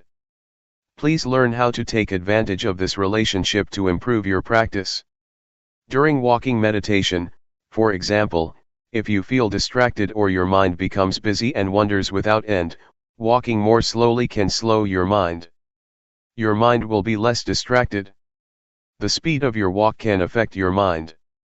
If you feel tense because of your inward attitude, your mind turns to look inward, stopping the thinking process. In this case, walking faster can help to release the tension. The position of your head also affects your mind. As I told you a few days ago, if you lower your head too much, tension tends to arise because your mind is turning inward. But, if you walk and have an indefinite gaze outward, your mind wanders easily and can be easily distracted. So, positioning your head appropriately will moderate your mind. You have to find the speed that is appropriate for you, not too fast, not too slow. This is an art. Meditation becomes an art because you have to find the balance on your own. If you walk too slowly, your mind becomes tense because it looks inward and concentrate too much on the body and on the thinking process, so you have to speed up. There are two extremes. One is to wander a lot distractedly, and the other extreme is to take it very seriously, to push oneself very hard, trying to stop or to suppress the thought. The one just follows the thoughts, the other wants to stop the thoughts. These are the two extremes. In this practice, we neither stop nor follow the thoughts. But how? This is the point of balance. I myself have to adapt. When I feel tense in my legs, I walk slowly. If I walk any faster, I cannot get through the 7 days retreat. Normally, I do not practice the intensive retreat for the whole week, just for a whole day. The rest of the week I do it indirectly and then I may do something else. But to practice 7 days, we have to learn how to do it without being exhausted. It is like marathon walking. If you push yourself very hard at the first kilometer or on the first day, the rest of the days will be disastrous. You have to know how to save your energy so you can go through the whole retreat or marathon. There is no one standard or formula for everybody. You have to find your own way. If you feel tense, it is better for you to look far to relax. When I first practiced, I look inward so much during the first 3 weeks that I developed a lot of problems. I could not raise my hands or sleep because I tried to suppress my thoughts. I had to cure myself. To turn my mind outward, I had to look at a specific point, during my walking meditation for almost 3 weeks before I felt better. I think for me to look forward, to look far, is good in that situation, but after that I have never used the method again. Now I just look down on the floor but not too much. Luangpor just said, feel relaxed, and just be aware, but I did not know how to apply his teaching to my situation. I think what Luangpor said about the balance is very important. To be aware is to be on the middle ground between following your thoughts and suppressing them. I like to compare awareness to an egg. If you hold an egg tightly, it will break, but if you do not hold it, it will fall. So, you need to hold the egg firmly but not too tightly. For awareness to be possible, you have to handle gently, as if you are holding an egg. If you force your mind to concentrate, to stop thinking, to achieve something better, or whatever, you are going to crush the egg. But if you feel completely relaxed and do not take it seriously, it is like dropping the egg. So, in this method of practice, just hold your mind gently. It is how to do this that is the problem. Nobody can tell you. You have to know how to gauge and how to adapt your mind. It is like riding a bicycle, you have to hold your body in balance. If you are stiff, holding the handles of the bicycle very tightly, your whole body becomes tense and you will fall. So, bicycle riding is the art of keeping your body as well as your mind in balance. The same goes for meditating. You have to hold your mind in balance, neither too relaxed nor too tense. How to reach this point is the art of the meditator, and this is the problem. When I first practiced, I found it difficult to reach this point because normally we tend to be at one of the extremes, either forcing ourselves or just letting things loose. For the practitioner to arrive this point, one needs to have experience with oneself and learn by oneself.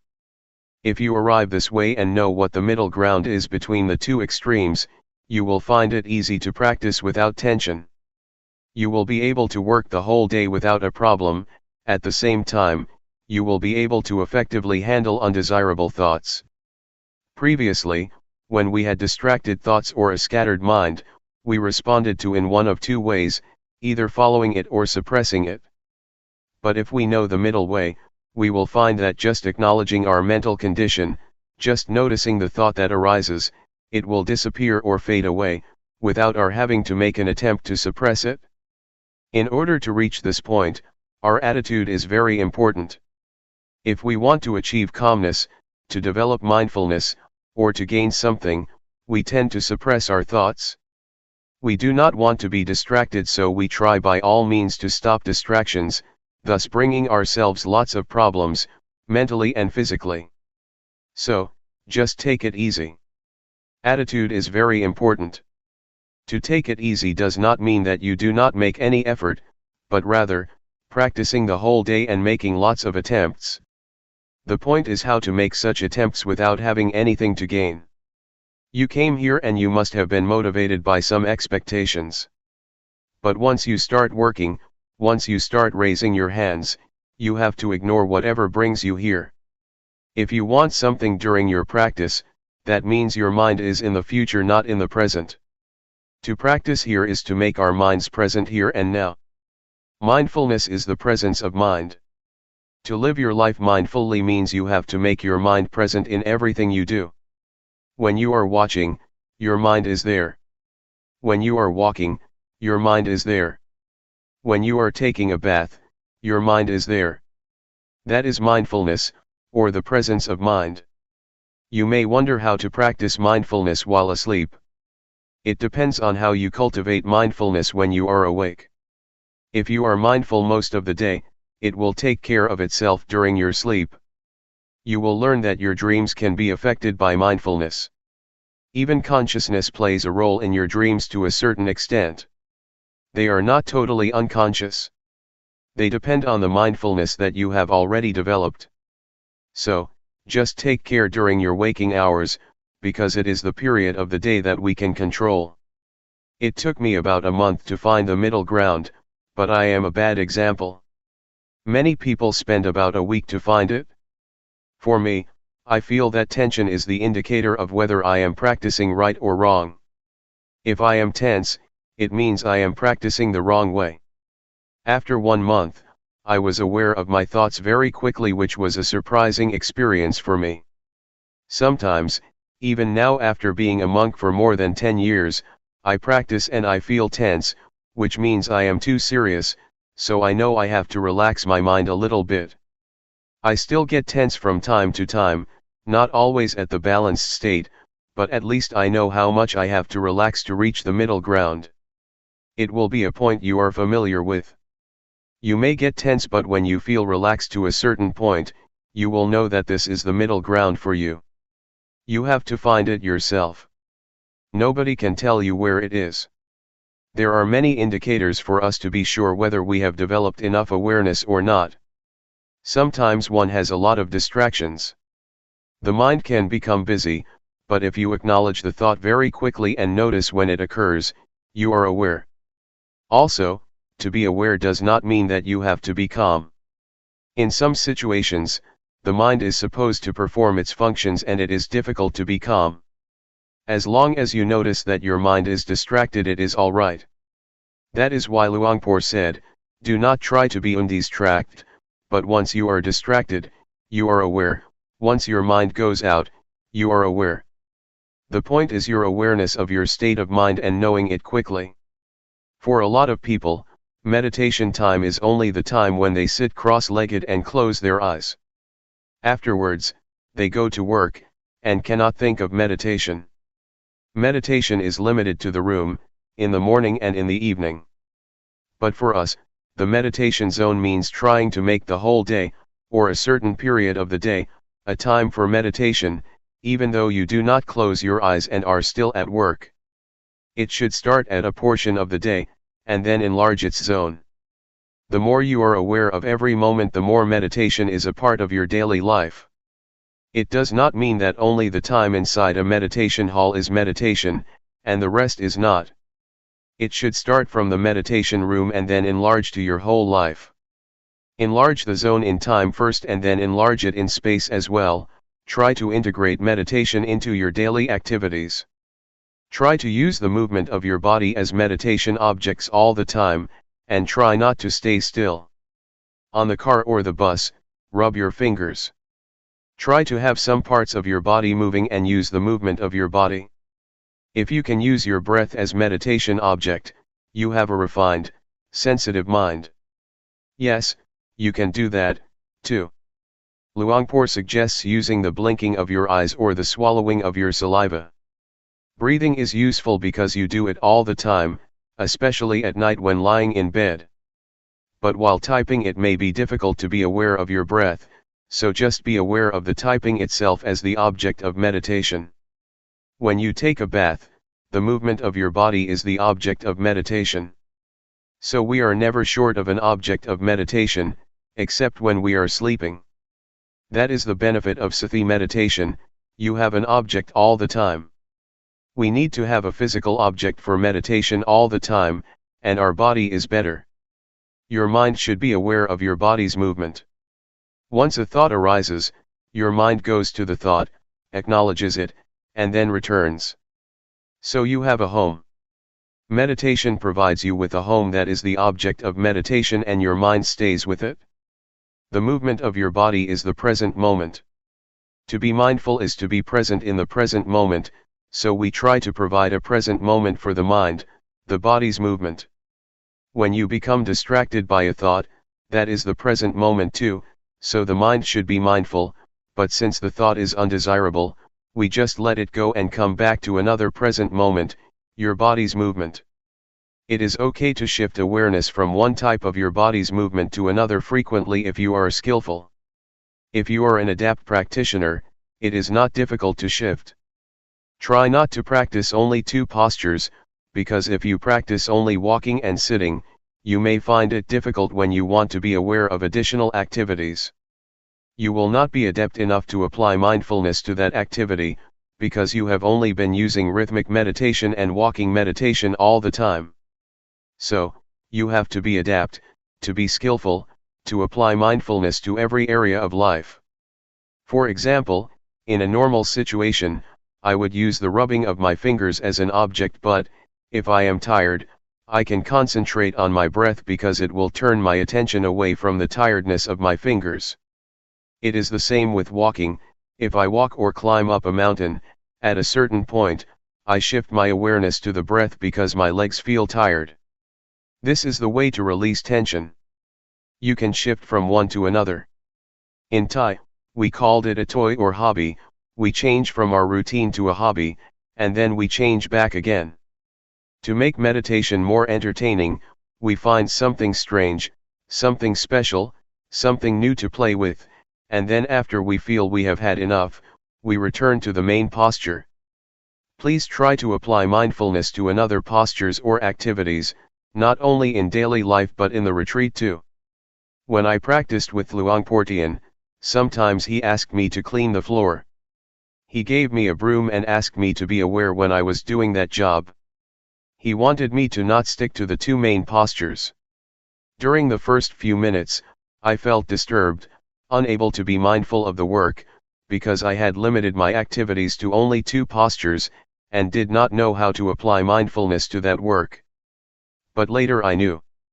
In Luangpor's retreat, he also likes people to stay with sitting and walking, but he will provide you with some work to do like cleaning the toilet, because he wants us to be skillful in every activity, otherwise you will not be able to apply it to other activities after the retreat. July 9, 1997. The middle ground. As you already know, we are training our mind to reach the middle ground, that is between the outward-oriented mind and the inward-oriented mind. Do not try to turn your mind too much outward or too much inward, to follow your thoughts or to stop them. The middle ground also means trying to avoid being lazy due to being too relaxed, or being strained due to too much tension. It also means that we have to avoid the 2 extremes of indulging in pleasure and indulging in pain. What does it mean by that, indulging in pain or indulging in pleasure? It means that when you recall a good memory or refreshing images you get high, and when you recall unpleasant feelings in the past, a bad memory, you get low. If you are moved like that, that means you are already indulging in pleasure or pain. If you are stuck in the pleasant feeling, that means you are indulging in pleasure, which is one extreme. If you get low or become angry, because of your thoughts about somebody that you have bad experiences with, you become dragged down by such thoughts or memories, or if you feel upset because of dissatisfaction with your practice, means that you are indulging in pain. So, to avoid these 2 extremes means try to keep your mind normal, stable, and unmoved by pleasant or unpleasant feelings, good or bad thoughts, good or bad mental experiences. So, you see that the term middle ground means balanced. It has a broad meaning. It means that you do not follow the thought or suppress the thought, turn your mind too much outward or too much inward, be lazy or push yourself too hard, or indulge in pleasure or in pain. It is the art of meditation to keep our minds in balance, to reach the middle ground. You may feel it is very difficult to attain this state of mind, even though you have come closer to it. Sometimes, you have already attained that balance, but you may be dissatisfied with it. You do not realize that you have already arrived at the middle ground, so you push yourself harder and go beyond that point, moving towards another extreme. Sometimes, your mind is too much inward so you try to relax, but you relax so much that you pass the state of balance, wasting a lot of time. Sometimes, you do not think this is the point that you need to attain. You think, oh, this is not the state of awareness because so many thoughts are still coming up, so I have to push myself harder. You are not satisfied with that state of mind simply because you have some expectation, so you keep passing the state of balanced mind without realizing that you have already experienced it. I think expectations are sometimes illusory. They are dangerous because they can deceive us, so we have to be very careful. We have some expectation about awareness, so we have already adjusted our mind to the expected state of awareness. Since we do not feel the calmness that we expected, and we feel thoughts still arising, we keep ignoring this state of balanced mind. I am sure that you have already experienced the state of awareness, the state of balanced mind, even though you may not realize it. So try again that you may find it and have confidence in it. Another point that I would like to mention is that, aside from keeping our mind in balance between the 2 extremes, we also need another art, the art of reconciling 2 opposing values. We face conflicts in our daily lives between freedom and discipline, between diligence and concentration. If you are too diligent, your mind becomes distracted, but if you concentrate too much, you tend to be lazy. The point is how to reconcile these 2 opposing values. Right and duty are another pair of values that we have to reconcile. Individualism and communalism are also 2 opposing values that we have to reconcile or our lives will suffer. We also face the same dilemma in meditation practice. It may be even more difficult than what I have already mentioned. One is to take it easy but to try hard. Luangpor always stresses this, relax. Take it easy, but try hard. Take it easy but keep trying all day. It is quite contradictory, but you have to reconcile these two or you cannot make progress. Luangpor Teean always said, take it easy, but seriously. Luangpor Teean, unlike Luangpor Teean, would give you only a 5-minute talk. At his interview, which lasted less than 5 minutes, he kept saying we should take it easy but seriously, or take it easy but do it all day. I was quite confused then, but now I understand what he meant. I think this is the kind of training that is very useful for our daily lives, because it is the art of working happily and more effectively. To be happy and to be effective is a pair of values that may seem to oppose each other, but that can be reconciled. During the practice, you have to learn not to expect anything, to just work. If there is too much distraction, that is okay. If you suffer, that is okay. If you are frustrated, that is okay. You have to learn this attitude, because if you want to gain something, to attain calmness, to be aware of your thoughts as quickly as possible, you will be inclined to keep turning your mind inward trying to suppress your thoughts. You will keep watching your thoughts all the time and end up ignoring the awareness of your body. Luangpor always emphasizes that we should grasp our awareness of the body, and ignore our thoughts first. But normally, in my experience, I seldom remembered this instruction. I tried to stop my thoughts, to suppress them, because I wanted to win. I did not have much time, so I wanted to attain the result as soon as possible and I got stuck. After 3 weeks, I could not practice anymore. I could not do the hand postures because once I moved my hands, after only a few minutes, I got a headache and I suffered. With a headache and a lot of pain, I could not sleep. I made a vow to practice with Luangpor Teean for 1 month, and 3 weeks had already passed with only 1 week left. Feeling hopeless, I decided that I would leave the temple after I finished that week. So I just walked without any expectations, just waiting for my time to finish. I just kept walking because I could not do anything else. That week was very good for me because once I did not have any expectations, did not have any hopes, and just walked to waste the time, just trying to ease my tension to turn my mind from inward to outward, I felt that mindfulness suddenly developed a lot, because I did not mind anymore. June 11, 1997. Practice independently. The truth, I think, you have to see it. You have to see the truth for yourself. If I tell you, it will not be your truth, but an academic or indirect experience.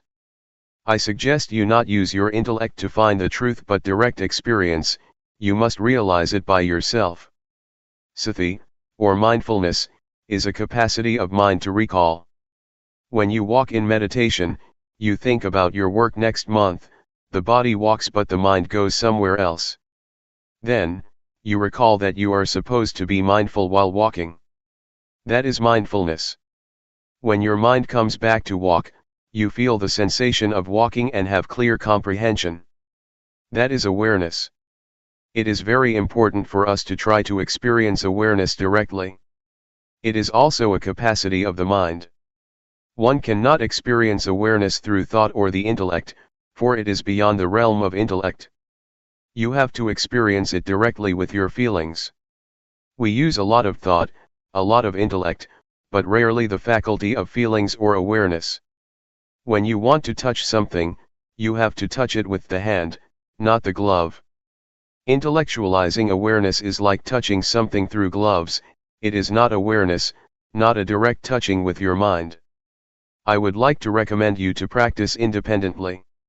Independent of what? First, be independent of time. When you walk or practice, do not worry about the time. Some practitioners set the time, saying they will walk or sit for 1 hour. Then they set the clock in front of them. This will make hell out of their practice because they are concerned about the time, whether they have completed the hour or not. Even with 30 minutes left, they still worry. They are anxious about when they will reach the hour. Do not worry about the time or the clock, practice without any references, allowing your mind to get in touch with mindfulness or awareness. Sometimes you are also concerned about other people. Why does this person walk so quickly? Why does she walk so slowly? If you keep asking and comparing yourself with other people, you will not be sure whether it is good for you to walk slowly or quickly. That is why you should practice independently, unconcerned with other people. You have to find your own way, the suitable speed or suitable pace for yourself. Everybody has his or her own way of practice. Please ignore what the other people do, just be concerned with yourself. Another thing that may cause you anxiety is the notion of awareness, or the concept of mindfulness. You have some idea about awareness or mindfulness. When your experience does not fit with that notion or idea, you feel unhappy, you feel uncertain, you feel unsure about the practice. Please forget whatever notions you may have about mindfulness or awareness, even words by the master, or the teachers. The master said that awareness is like this, and mindfulness is like that. You become attached to these words. When your experience does not fit with these words or ideas, you feel unhappy.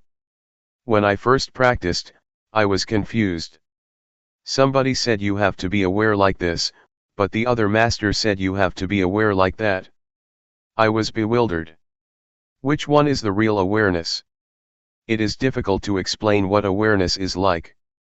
You cannot convey awareness by words, but have to know it from your experiences. This is true even of color.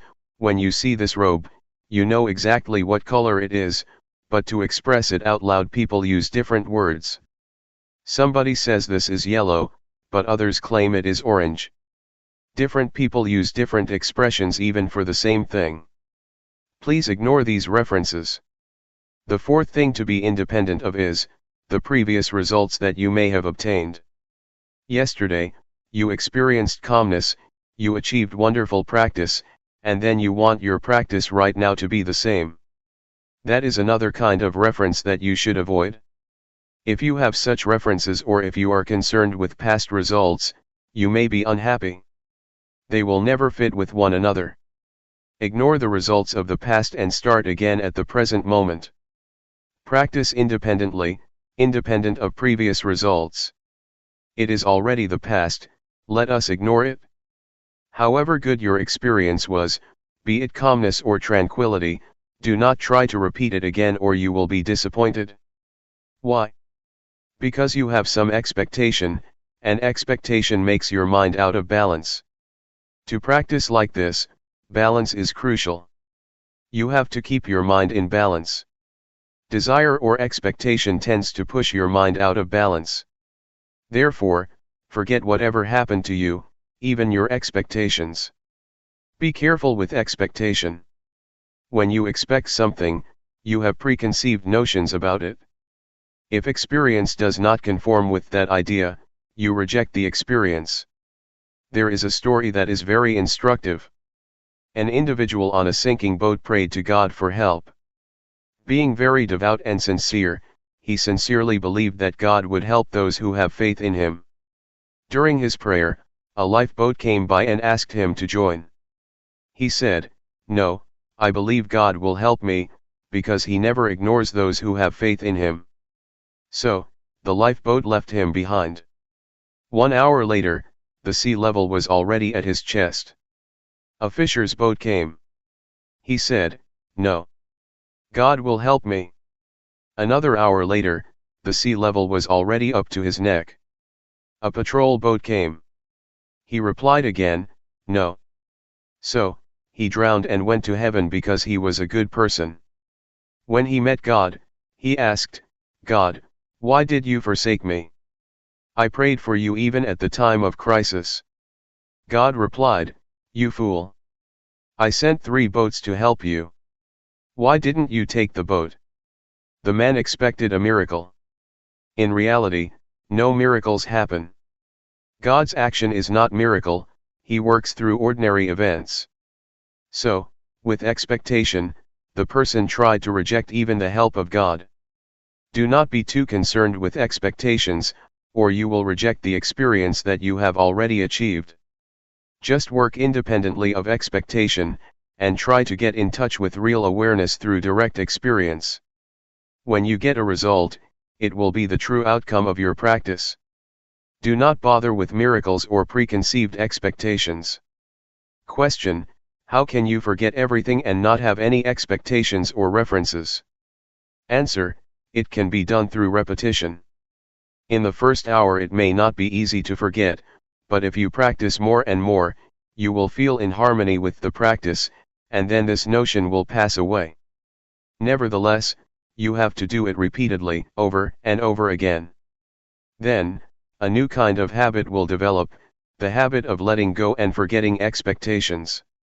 Question: that is very, very hard. Answer: it is possible, if you try to be at the present moment. I found that when I feel in harmony with the practice, I do not care about the rest.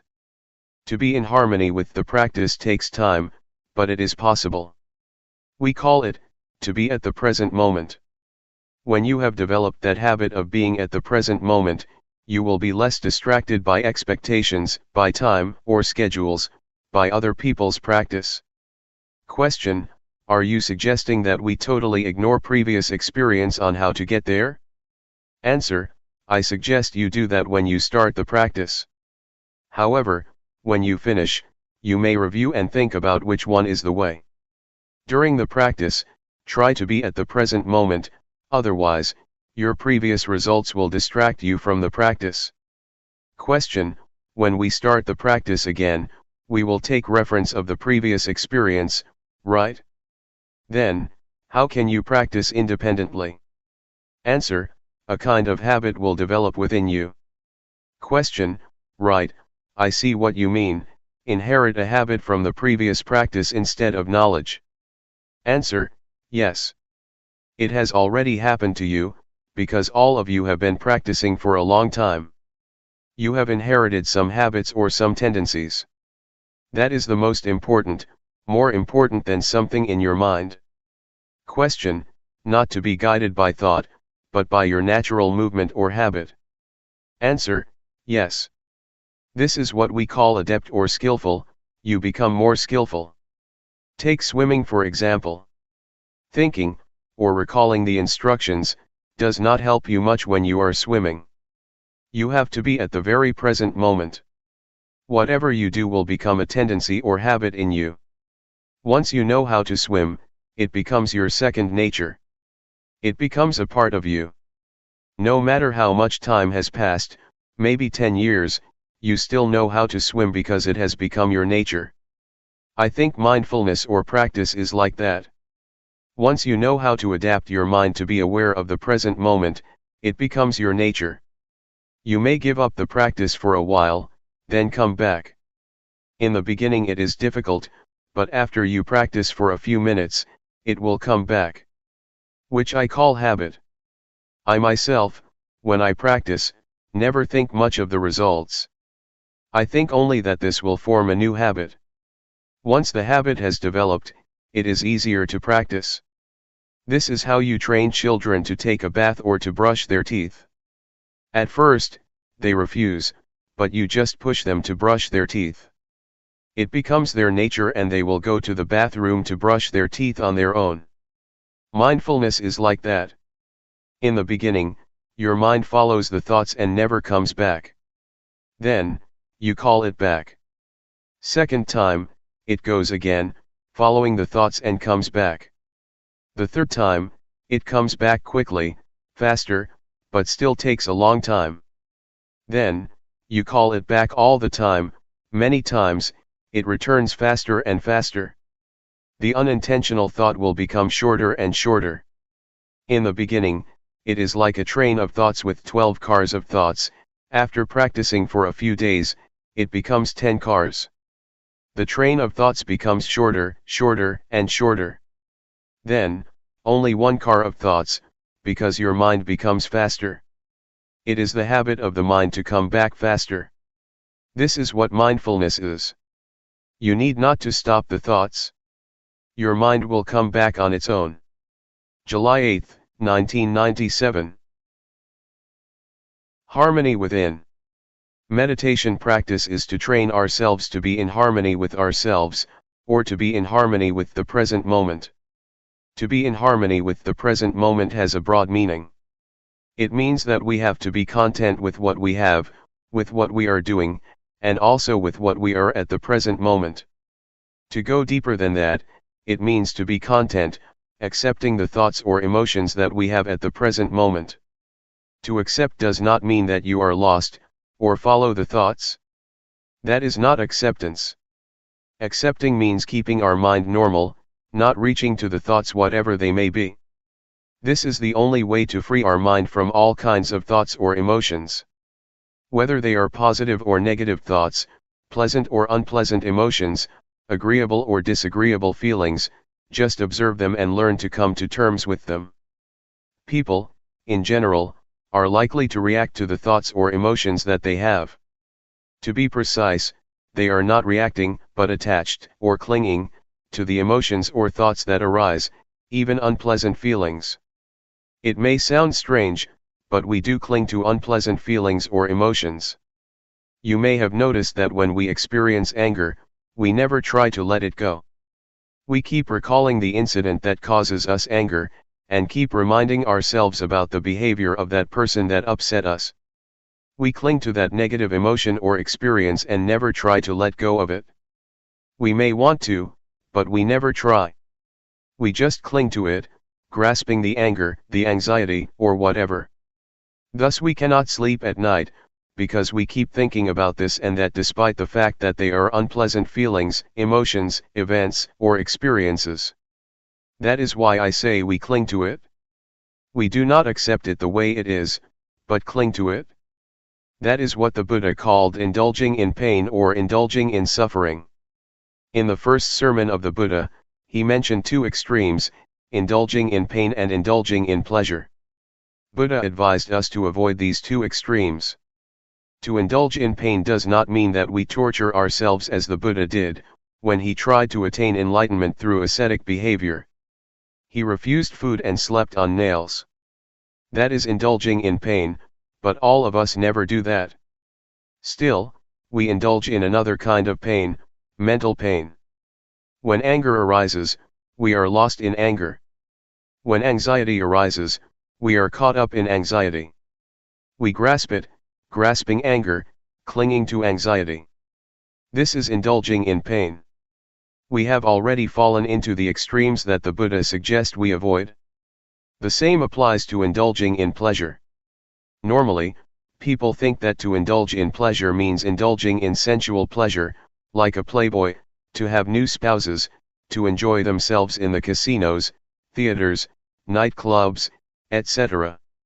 Yet, you have already experienced indulging in pleasure mentally. When pleasant feelings arise in your mind, you cling to them and enjoy them, do you not? We are always caught up in the agreeable emotions and feel content with them. This is indulging in pleasure, another extreme that the Buddha instructed us to avoid. You may have realized that you have already indulged in those extremes during your practice. That is not the middle way that the Buddha suggests we traverse. The middle way, in this sense, means not losing yourself in either painful or pleasant experience, be it calmness, happiness, suffering, anger, or anxiety. Do not become lost in those feelings or emotions. Just accept them as they are. When pleasant feelings or good thoughts arise in your mind, you tend to follow it, do you not? When you encounter unpleasant feelings, you want to suppress them, do you not? But that is not an act of acceptance. To accept means to observe, to see, to recognize, and to let go of it. This is the only way to be free from all kinds of feelings or thoughts. I would like to urge you to learn how to come to terms with all kinds of thoughts and emotions that arise. You will find that once you accept them, once you observe them, they will gradually pass away. This is the best way to let go of them, the best way to liberate ourselves from them, the best way to get rid of them. Not to stop them, but to observe them, and they will gradually be dissolved. This is the middle way that the Buddha suggests, to indulge neither in pain nor in pleasure. Not only in the physical or sensual aspects, but also in the more delicate mental aspect. This is the aspect or level that people always fall into, without realizing that it is not the middle way the Buddha suggests. Is it clear to you? Just to elaborate what Luangpor said, to see, but not to identify with it. If you identify with it, you have already indulged in both pleasure and pain. Just see it as it really is, do not be overjoyed or upset by pleasant or unpleasant feelings. This will keep our minds stable. That is what we call accepting the way we are in the present moment, and being in harmony with the present moment. That's all for this morning. Thoughts always trick you or make a fool of you. They need your attention, as a child always asks for his mother's attention. They are very clever and have many tricks to fool you, to draw your attention. Persuading you, the thought says, come. Come talk with me. Come join me. Come interact with me. In the beginning, you may think that you know their tricks, but their tricks are endless. When I practice, I say to the thoughts, no, I will not interact with you. Whatever thoughts arise, I will turn my back on you. Yet, they have many new tricks to make a fool of me. Sometimes they ask, hey, why don't we think about the Dhamma? Investigating Dhamma is good, isn't it? So I jump into the thoughts, and later realize, oh, I fell into your trap again. That's all right. You should try to have strong will. Sometimes you have very beautiful and excellent ideas. You may think about the glorious past, a beautiful moment in the past, or somebody whom you would like to talk with. The thoughts will try to persuade you to interact with them, but you should have strong determination to resist their temptation. In the beginning, it may be difficult. With the support from mindfulness, with the strength of mindfulness, you will feel it increasingly easier to ignore the call or temptation of the thoughts. Later, you will find that it becomes your natural response because, after a period of practice, the temptations of the thoughts become less enticing and less powerful. Why do they become less powerful?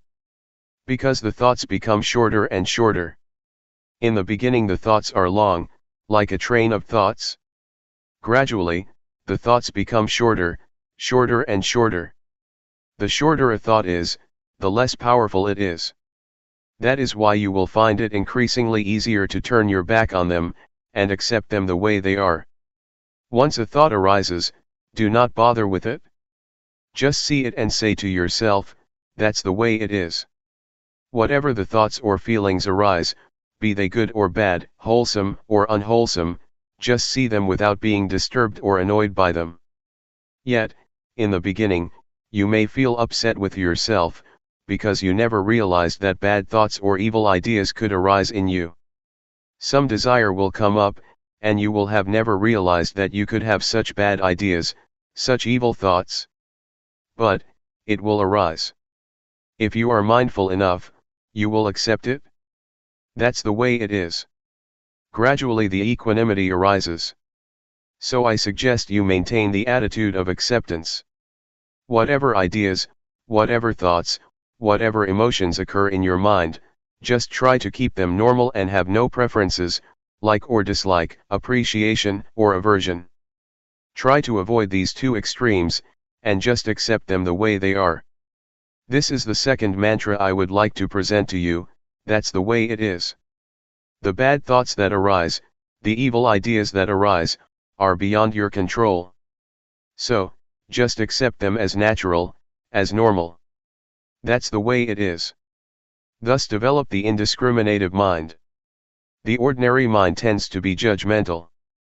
It always judges, this is good, that is bad, this idea is good, that idea is bad, I like this idea, I do not like that idea, I am content with these emotions, I am not content with those emotions. With a discriminating mind you will never experience peacefulness. Your mind will go up and down, because of such preferences or such judgmental mind. The way to attain peace is to develop the indiscriminative mind. Have no preferences or judgment, and see everything as it really is. Accept it as the natural process that occurs to your mind. They are just visitors, coming and going. No matter how good or bad the idea is, any kind of idea, just let it come and go, appear and disappear. Do not be bothered with it. Just see it, take note of it, and then come back, returning your attention to the body's movement. In brief, try to resist the temptations of the thoughts. They need your attention because that's the only way they can sustain themselves. Unless you give them your attention, they cannot survive. They can exist only with your support. If you do not pay attention to them, they will just pass away. This is the best way to handle the emotions. Do not suppress them, stop thinking, nor force your mind to drop these thoughts. Just say to yourself, when the thoughts arise, that's the way it is. July 9, 1997. Calmness and insight. There are two words that Luangpor always mentions, mindfulness and awareness. Both are like twins. They are interchangeable, help each other, and always come together. Mindfulness is that which recalls. For example, you are moving your hands, but you forget that you are doing it because your mind is distracted. Then, you remember that you should be attentive to your hand movement. That capacity to recall is mindfulness. Mindfulness recalls and brings your mind back to the action of your hands. When your mind is attentive to your hands, or to any activity, you become aware of your body, aware of yourself. This is awareness. Once you are aware of any activity, you know what should be done as far as that activity is concerned. This is clear comprehension, another function of awareness. When you are aware of an object and attentive to it, your mind becomes increasingly collected and composed, thus enhancing concentration. Awareness also gives rise to and strengthens mindfulness. Sometimes, while you are supposed to be aware of your body's movement, your mind becomes distracted. Awareness of your body's movement sometimes helps your mind to recall that you must be mindful of your body, and that's why it can help to bring your mind back. It awakens mindfulness, bringing back the mind. For example, when you are listening to someone's speech, you rub your fingers. You may be distracted by the environment, by your worries or your concerns about something else. Suddenly, you feel the sensation of your fingers, and the sensation helps you to remember that you should be listening to the talk.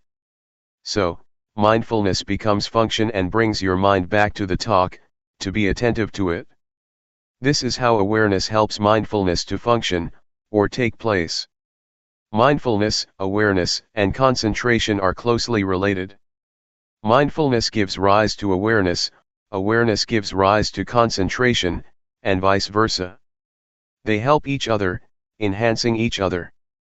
Don't be confused when Luangpor sometimes mentions mindfulness, and a few moments later he mentions awareness or mindfulness and awareness. They are the same. Technically they are not the same, but in practice they work very closely together. Briefly speaking, mindfulness brings the mind back to the activity or meditation object. Once your mind is with the object, you have awareness, you know and you see clearly. With the functions of mindfulness and awareness as I mentioned, two things will occur. The first is calmness. It arises because you are not distracted by thoughts or by external stimulation. Your mind does not wander around because your mind is attentive to, or tied to, the meditation object. Thoughts may arise in your mind, but they are short and do not disturb you much.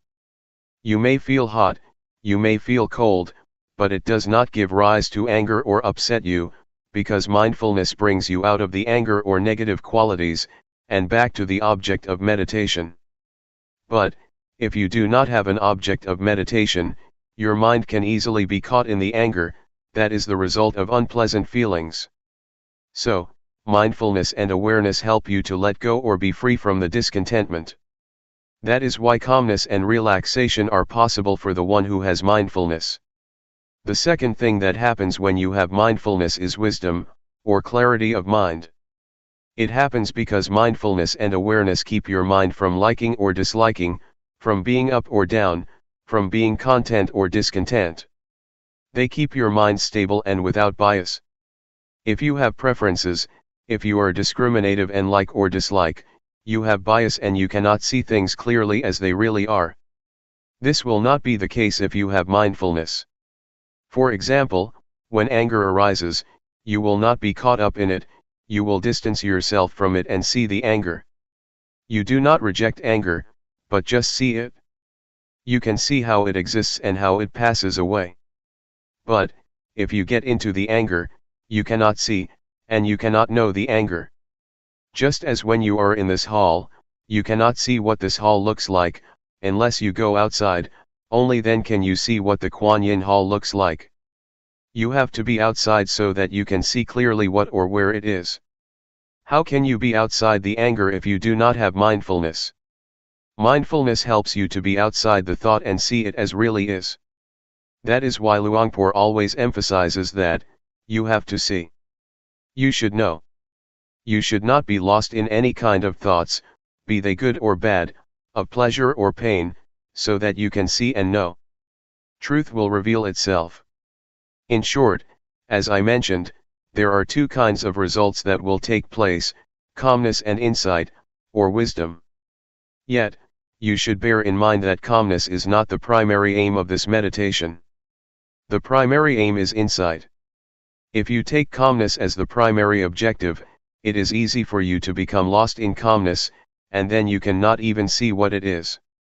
Just recognize that calmness is like this, when it manifests itself, and do not be overjoyed with it. Just see that that's the way it is, and then try to maintain your mind to see, to be clear, keep knowing, keep observing. That's all. This is just to make a brief distinction between mindfulness and awareness, and to highlight their main functions as well as how they work together. Practically, they have more functions than what I have just mentioned. July 10, 1997. The point of balance. As you may be aware, Luangpor tries to suggest that you not watch your mind or watch your body closely. There are some justifications for that. In our daily life we tend to do a few things at the same time. You should allow your mind to be aware of your whole body rather than only a particular part of it. Otherwise, you may make mistakes in your activities. For example, when I began my practice, one day, I finished my lunch and had to throw the leftovers into the waste basket. Since I did not know how to practice properly, I forced my mind to concentrate only on my feet, while I was walking to the waste basket. When I arrived at the basket, I threw the leftovers into the basket, and forgot that not only the leftovers but the fork and spoon were also thrown away. Why? Because I concentrated too much on my feet. I did not allow my mind to be aware of my whole body, to be aware of the act of holding the plate with the leftovers and the fork and spoon. If you force your mind to concentrate only on one part of your body, you limit your awareness to that part and forget the rest. There is another story of a practitioner, who wanted to concentrate on every act of her movement in detail. Before she went to the office she had to get dressed. She concentrated on her act of dressing very consciously and very intensely. When she took the shirt, she concentrated on it. While wearing the shirt, she also concentrated on every movement of the wearing. The same applied to putting on her trousers, her socks, and her shoes. When she went to work, it took more than an hour for her to realize that she forgot to zip her trousers. It's okay if you walk with too much concentration in a walking meditation, it's not much of a problem because you only have one act. Yet in reality, you have many acts at the same time. You walk and you hold something in your hands. When you drive a car, you have to look at the road, and control the steering and the speed with your hands and legs. These require your total awareness. Focusing your mind on only one particular part of your body will cause problems.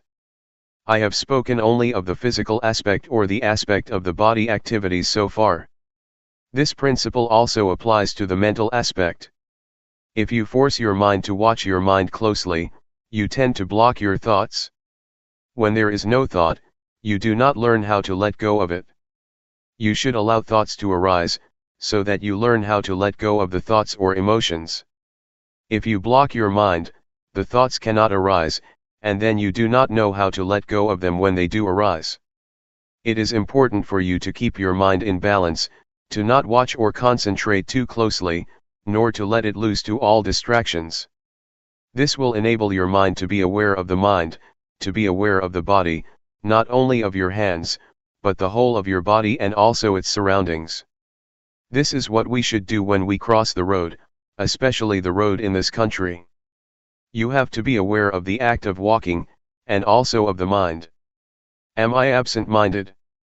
If you are absent-minded while crossing the road, it is very dangerous. You also need to be aware of your surrounding of the car that is coming. So, you have to be aware of three aspects: body, mind, and your surroundings. One can achieve this only if he keeps his mind in the point of balance, neither watching too closely the mind, nor concentrating merely on the body. For the beginners, do not be confused with what I said. Be aware of your body first. Do not pay much attention to the mind or to the thoughts because you have to go step by step. You may be aware of your surrounding at the same time, of the noise or whatever, just be aware with mindfulness. Do not be disturbed by the noise or by visitors that come to talk to you.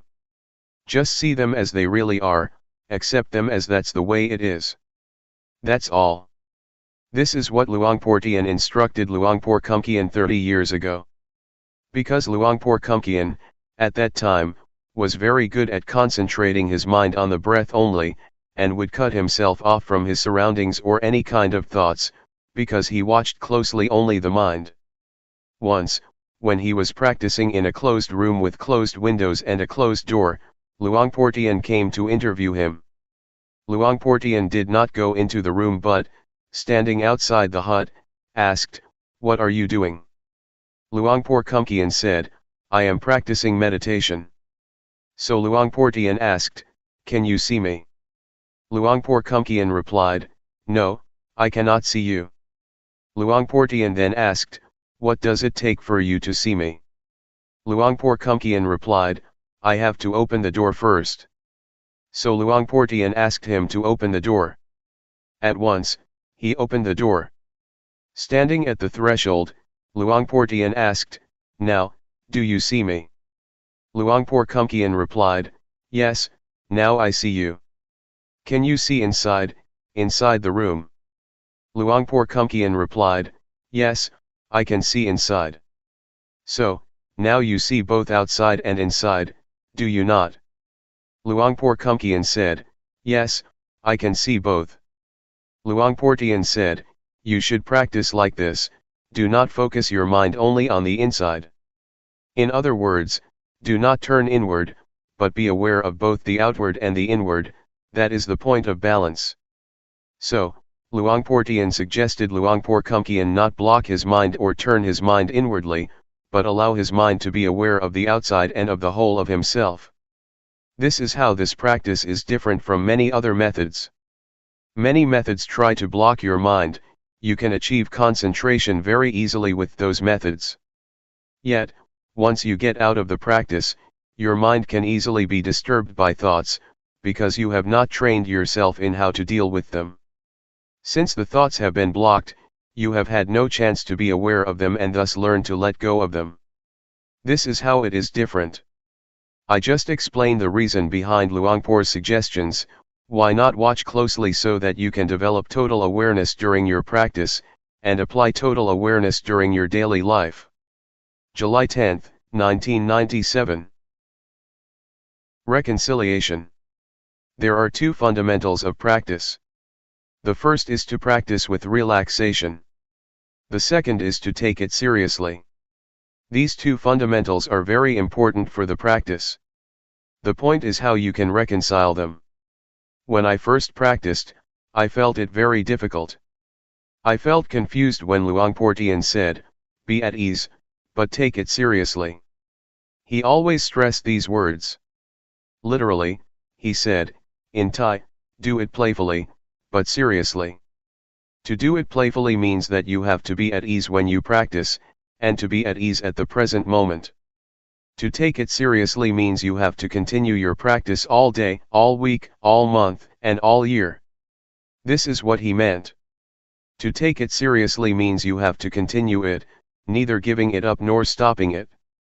I think this is the art of the practice, how to reconcile the two opposing values, the two opposing principles. Both principles are good, but on some level they are contradictory. As you may remember, in the first few days, I talked about the middle way. The middle way is the practice that avoids the two extremes. The two extremes are bad, so we have to avoid them. That is the middle way. Yet, at the same time, there are two principles, two values, that are both good, but in opposition to each other. We have to reconcile them to make them in harmony. These are the arts of the practitioner. 1. You have to avoid the two extremes because both are bad, and 2. You have to harmonize the two values. These two arts are different. Sometimes people are confused, they think the middle way is to mix good and bad, and then divide it in two. That is not the middle way. The middle way is to avoid the two extremes and, at the same time, reconcile the two values, the two principles. In Buddhism, you will find that this art is very necessary. You have to reconcile faith and wisdom. Those who have too much faith always lack wisdom, those who have wisdom always lack faith, because they always criticize, always doubt, always feel uncertain. So the Buddha taught us to reconcile these two principles, do not miss any of them, but combine them in harmony. The same applies to diligence or earnestness and calmness. If you are too diligent, you tend to lack calmness or concentration, but if you develop too much concentration, you tend to be indolent. Again, you have to combine, or reconcile, concentration and diligence. Now, let us go back to what Luangpor Teean always mentioned, to practice relaxed, but seriously. It means that when you practice you should feel that you are taking a rest. When you walk, it is not much different from a morning walk or evening walk, in the sense that you do not expect much from such a walk. When you have a morning walk you do not expect much from the walk, do you? That is the attitude that we should apply to the practice. When you take something lightly, you do not worry about it, which enables you to feel joy and be relaxed in doing that work. Since you are not worried with the outcome, your mind can easily get into the balance. Since you are not worried about the outcome, and also have joy in doing the work, you can do it continually. You are not frightened with the work or become turned off by it. When children play, they can play all day and all night without being tired, because they feel joy and do not expect much from their play. Yet, if you ask them to do their homework, you turn them off because there are a lot of expectations from the teachers, from themselves and from their parents. There are standards against which the outcome has to be compared, and this always frightens, or turns off, people. That's why I asked you not to set any standards, any goals, or have any expectations. Do not set the goal that you will not be distracted in the next 10 minutes. You cannot do that, just be concerned with the present moment. If you are worried about the outcome, your mind is already in the future, the outcome is in the realm of the future. If you are concerned only with the cause, the practice, you are already in the present, the cause is what you have to make, and you can only make it in the present moment. If you can have this approach to the walking meditation, or to any kind of meditation, you will find that this approach or attitude is very helpful to your daily life. In daily life, we always have problems with our work. We are very tense and frustrated because we worry so much about the future, the outcome, or the reaction or response of people. Sometimes we are worried because we want ourselves to reach a goal as soon as possible. When we drive a car, we may feel unhappy because we want our car to reach the destination as early as possible. If you have such thoughts, you cannot drive the car relaxed or with happiness, especially when you are late. You feel upset and frustrated. The desire to reach the destination as soon as possible becomes like a fire that burns your mind. Remind yourself to pay attention to the present moment. It does not help at all if I am worried about being late, because it does not make me reach the destination faster or sooner than if I am not worried. The worry itself does not help, it does not change the situation. What you should be concerned about is trying to driving the car properly and as best as you can, because this is the only way that you can arrive at the destination without delay. So in real life you have to be at the present moment, and not allow the mind to be occupied by expectations or by the future.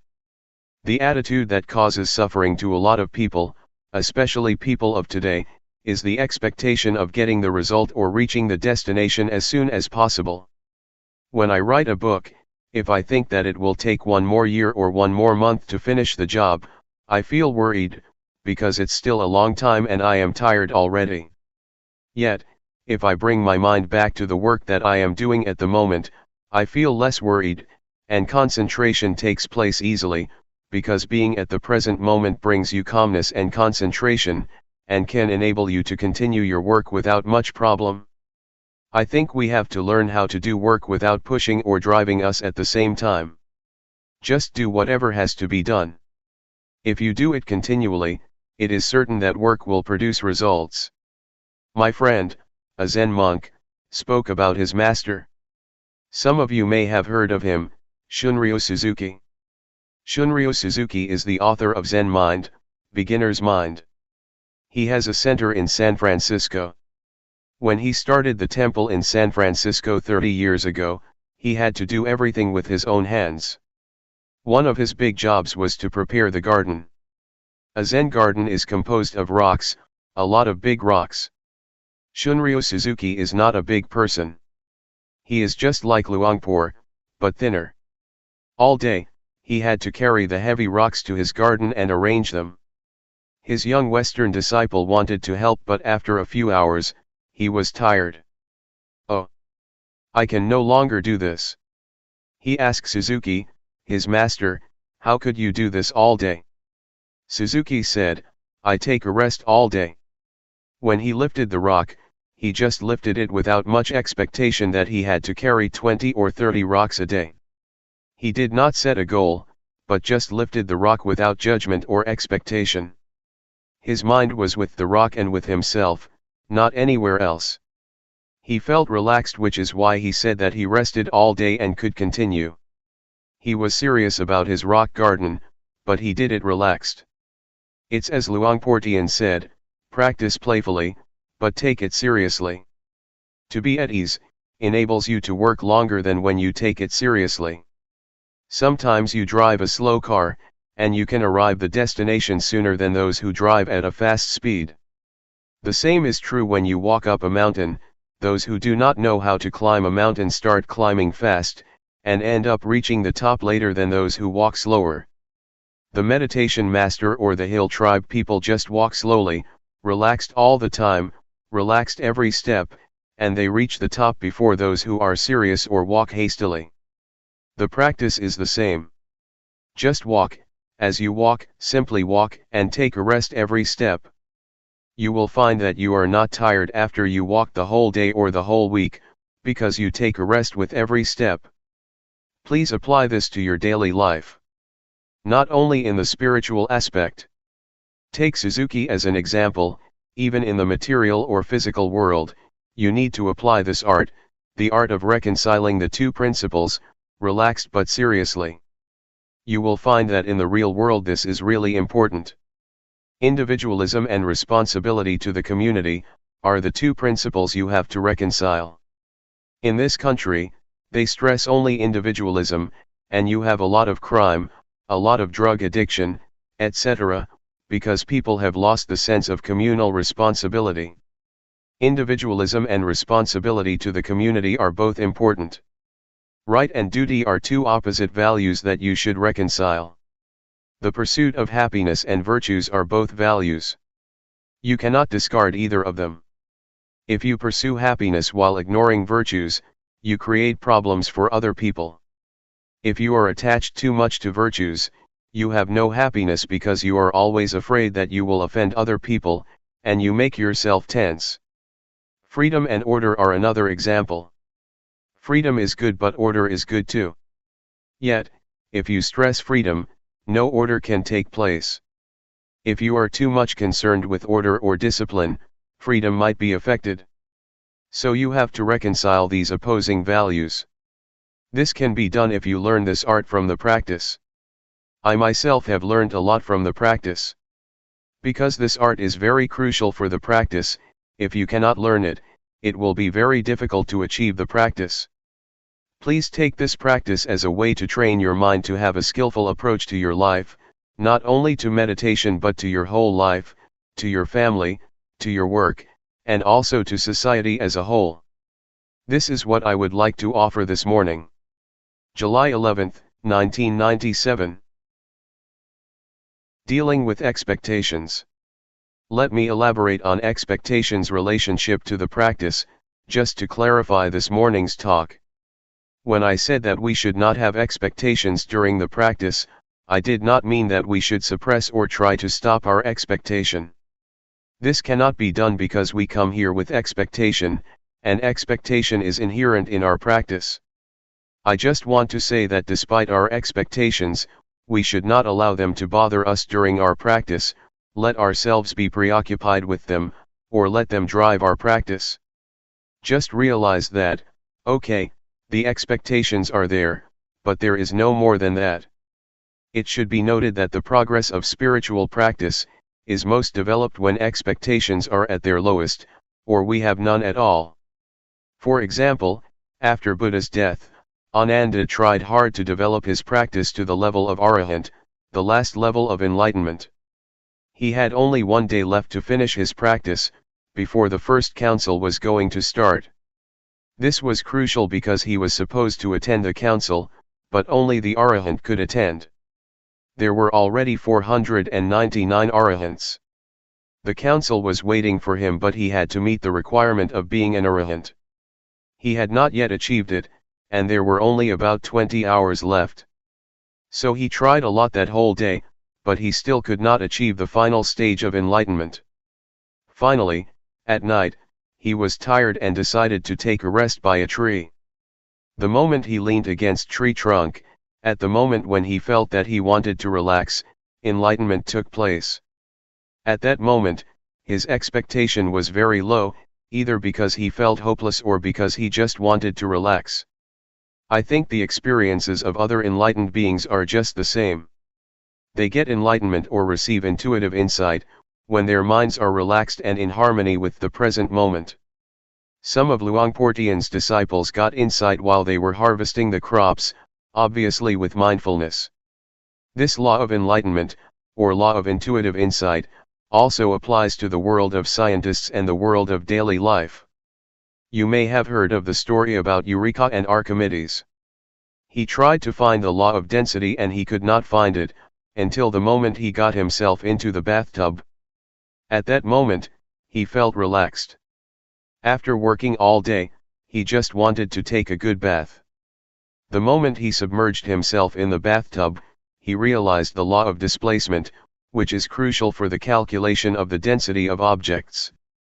If you want to know the density of this chair, you put it into water, calculate the volume of the water that overflows, or is displaced, the weight of the water and the weight of this chair, and then you know the density of the chair. So, the word Eureka, or the intuitive knowledge of Archimedes, arose when he had no expectation. The same applies to Newton. He found the law of gravity when he was going to relax under the apple tree. An apple fell.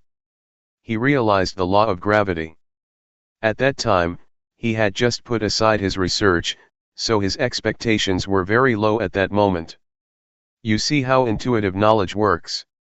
It works when expectations are very low, and especially when you are very mindful in that present moment. So, the point is how you can practice without the drive of expectation, the drive of desire. This is a problem because we are usually driven by desire or expectation. In Buddhism there are two kinds of motivation. The first is desire, desire to get or desire to achieve. The second is zeal, you want to do, or you want to practice. There is a difference between the two.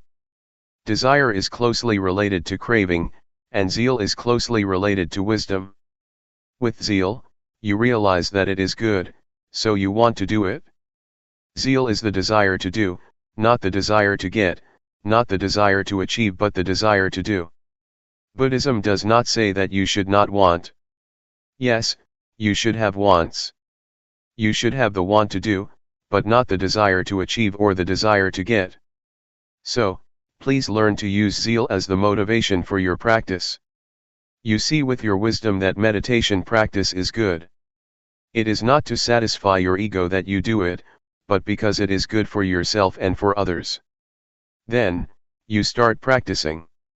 Yet, for a lot of people, it is difficult to develop zeal, because desire always dominates their minds. That is okay. We have to accept the way it is. We have to accept that we have desires and expectations. But again, once we start walking, once we start moving our hands, it is time to turn our attention to our body's movements, and leave our expectations and desires behind. Submerge yourself in the present moment, in the act of walking, in the act of moving. When you get the results of the practice, you will have confidence in the practice, and you will see for yourself, oh, this practice is good. You develop zeal because you have seen for yourself the results of the practice. This is how zeal is developed. You see it yourself, with your mind, oh, this is good. So you develop the inclination to practice, and this time you practice without the drive of expectation. You enjoy doing it, so you just do it. Enjoyment is the result of your zeal. If you enjoy something, you do it. You do not mind what will happen. I like it. I enjoy it. So, I do it. There is no more than that. Find out how you can enjoy the practice. The more you enjoy it, the more you will practice it relaxed and at ease, and the more you will get results. The more you get results, the more you become confident, and then you will just do it. We do not need the drive of expectation or the drive of desire. I think this is the motivation that people lack. We are taught that only desire can drive people to do things. Actually, there is another motivation that can get us to work. Zeal as a Buddhist motivation is very important, not only in meditation but in any kind of work. This is what I would like to offer you for reflection. In summary, how should we deal with expectations? First, accept them for what they are. Accept that expectations exist in our minds, but do not let them bother our practice, or pay much attention to them. Just be at the present moment with the work you are going to do, and do not allow yourself to be driven by expectations. Try to develop the other kind of motivation, zeal. With the right motivation, you will find that results arise not in the future, but at the present moment. Normally, people just wait for the future, wait for the results to come. If you have a positive approach, a positive mind, you will see results, and the outcome always comes at the present moment. Please be sensitive to the immediate results, that always take place but that we always ignore. As Luangpor always says, once you move your hands, you already get the outcome, the awareness. You need not wait for the future. It has already arisen, but you have to be aware of that. That's why we can be happy at the present moment, because we get results at the present moment. We do not need to wait for the future. It is too risky to wait for the future is uncertain. But, the immediate result is guaranteed by our practice. That's all for this afternoon. July 11, 1997. Unreliable thoughts. I am sure that you all have a lot of experience with thoughts and emotions. Some of you may be able to see the thoughts themselves. You may realize that these thoughts, emotions, and feelings are quite unstable, which is why they are uncontrollable and unreliable. But, despite their instability, thoughts and emotions have a lot of power to tempt us, because they need our attention to sustain themselves. Without our attention, thoughts and emotions just fade away. They need your attention, it is the only requirement for their survival. You know, it is as if thought has a life of its own, despite its instability. It is like a virus that tries to manipulate your cells, drawing support from you. If you are not aware of such nature of thoughts and emotions, you can be easily tempted by them, deceived by them. They try to lure you, saying, "Hey, I am you." My thoughts call me, saying, "I am Paisan, I am yours, so you should take care of me." Sometimes I am tempted to take them to be my belongings, because they are very smart thoughts, very intelligent thoughts. I would like to grasp them, but you have to be careful, not to rush and grab them. Do not believe them so quickly because they are unreliable, especially the unintentional ones. We cannot even believe the good thoughts, for they can play tricks on us too, if we are not mindful enough. There is a story about a person who enjoyed drinking, and tried to give it up but failed. Every time he passed the bar on his way home, he could not resist his desire, the temptation, to go inside and have a drink. He tried to resist many times but failed. One day, he was determined that he would not fail himself any more, so he prayed to the Buddha, to the Dhamma, to the Sangha, and to all the other deities, after he finished his job in the office. He felt quite strong after he had asked for help from everyone to increase his willpower. When he approached the bar, the temptation arose, but he tried to deny it. "No, this time no." But on his first step in front of the bar, a thought arose, "Hey, why don't I have a last drink?" "No, no, no. I can't," he said to himself.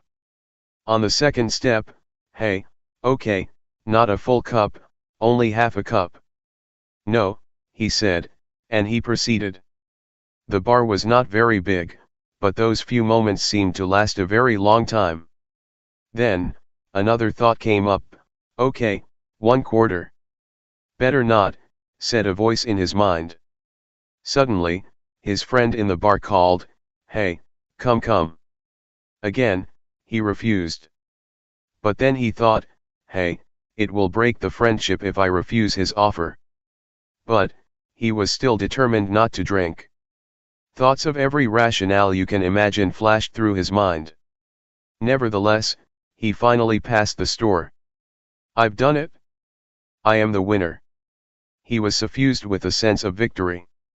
Suddenly, a thought came up, "Hey, let's celebrate the victory." He then turned back to the bar. Thoughts can trick us.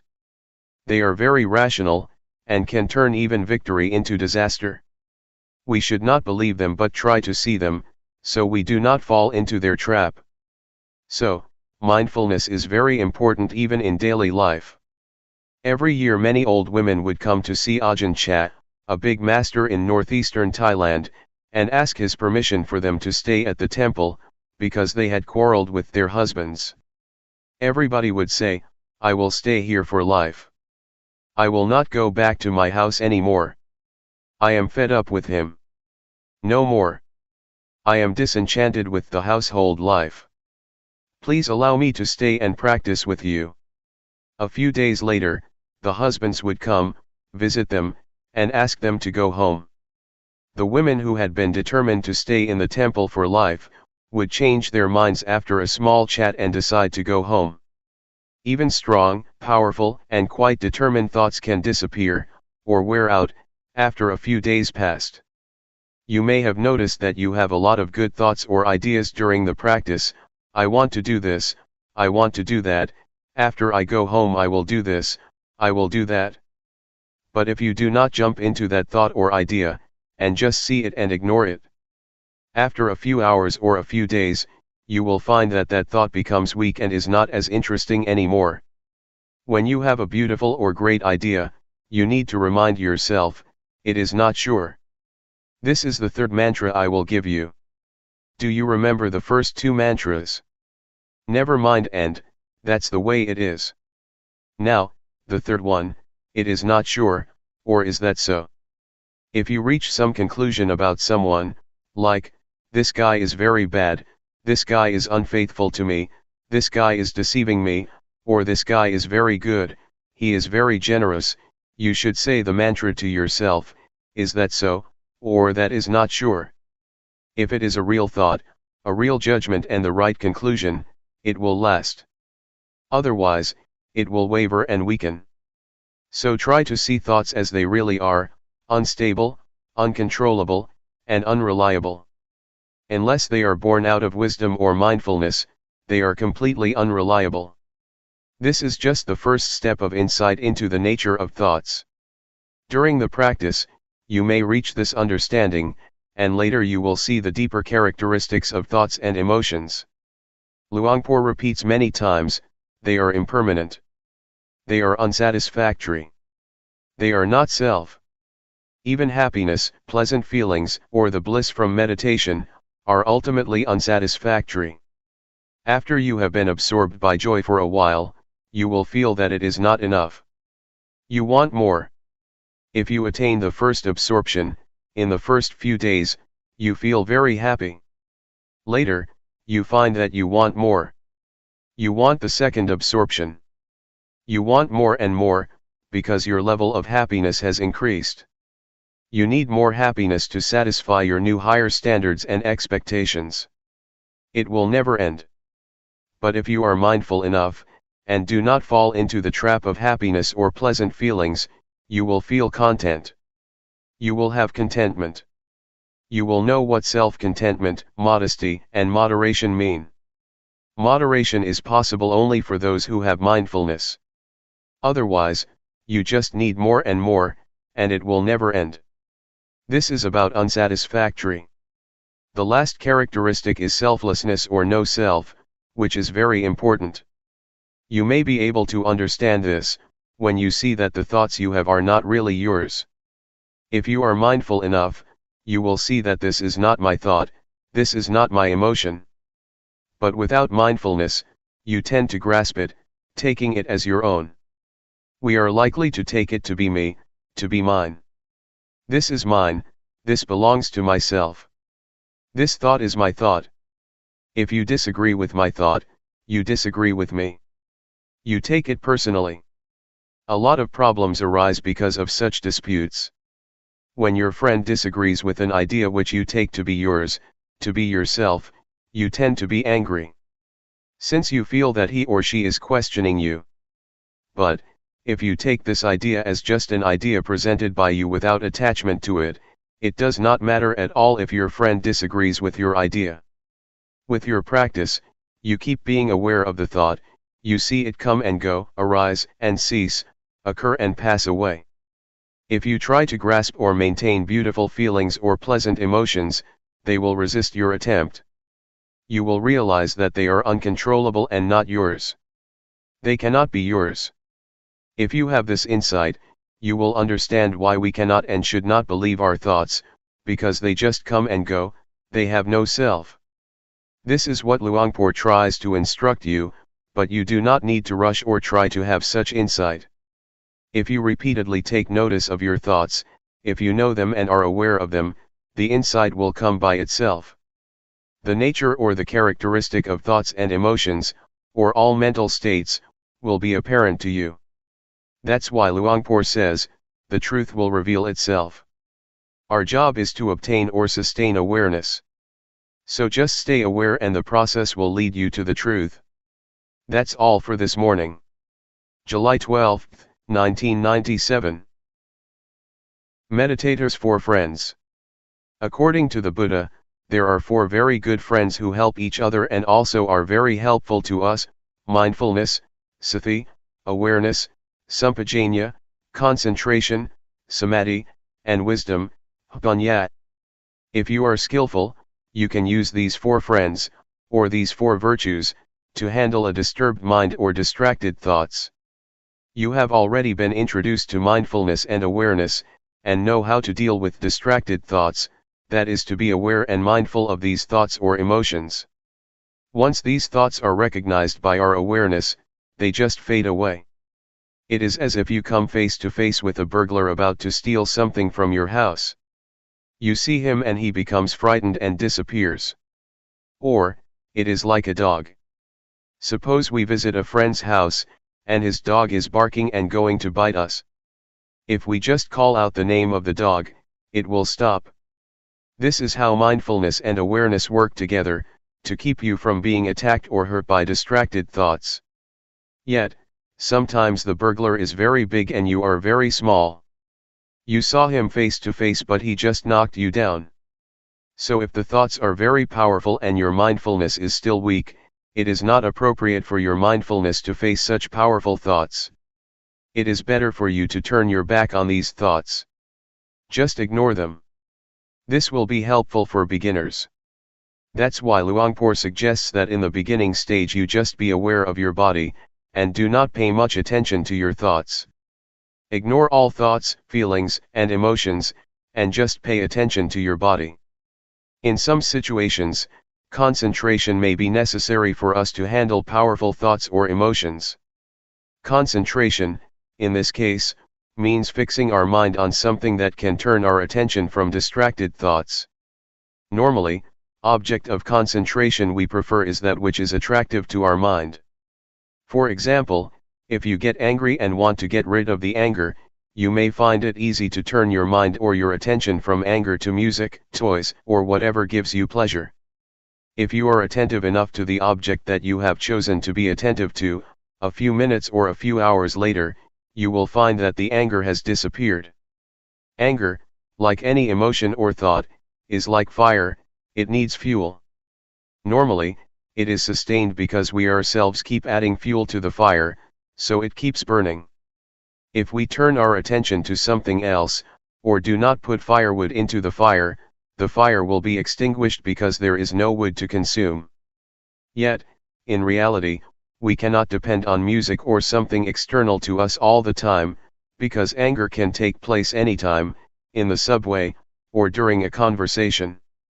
So we need to depend on ourselves, by choosing those we already have as objects for concentration. That is why the master suggests you use the breath or your body's movement as the object of meditation. When you feel disturbed by thoughts or emotions, you should just turn your mind back to the breath or your body's movement. Gradually, the thoughts or disturbing emotions just disappear.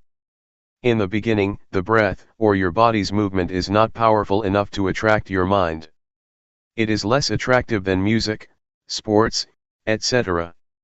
Yet, if you practice enough, your mind will become familiar with the breath or your body's movement, and it can be in harmony or as one with them easily. The fourth friend is wisdom. This has a lot of meaning. When you become distracted by your thoughts and do not know how to deal with them, you may try to bargain with them.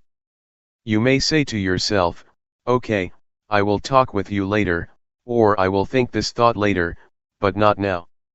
You negotiate with them. To bargain with the thoughts, saying, "After this retreat I will recall you again, but not now," is a technique you can use to reduce the thoughts. Normally, only the advanced practitioner can use wisdom to handle the thoughts, because it is a method that requires one to come face to face with one's thoughts and emotions. If your mindfulness is not powerful enough, your thoughts or emotions will just trap you, or trick you, persuading you to fall into them. In Thailand, masters have a practice of going into the forest alone. We call it tudong. It means to live as an ascetic in the forest or in the cemetery. A lot of things may happen: fear, the beast, tigers, or elephants can attack the practitioner. Many masters find that the fear or threat from the wild animals is good instrument, good condition, or great situation, to pressure them to develop concentration, because if they turn their attention from the breath to the beast, they will be overwhelmed by fear. Because they are really afraid of the beast, their minds turn inward, developing concentration a lot. So masters use the threatening situation to force their minds to look inwards. This is a skillful and unusual way of developing concentration and mindfulness. One master, Ajahn Chah, tried to look into the fear to investigate it. When the powerful fear arose, he investigated the fear and asked himself, "What are you afraid of?" A voice replied, "I am afraid of death." Then he asked himself, "If you don't die today, won't you still die tomorrow?" "Everybody has to die, today or tomorrow," he replied. So, he asked again, "Why should I be afraid? Everybody has to die." This enabled him to face death at that moment with peacefulness. Some masters in that situation just keep asking, "What am I afraid of?" "I am afraid of the tiger." Which part of the tiger are you afraid of, the tail, the ears, the eyes, the legs, or the claws? No, I am not afraid of the tail, nor the ears, nor the eyes, nor the legs, nor the claws. So, what are you afraid of? I don't know. With such penetration by wisdom, fearful emotions just pass away. They do not use rationalization, but an analytical mind to divide the tiger parts, and they do not feel fearful.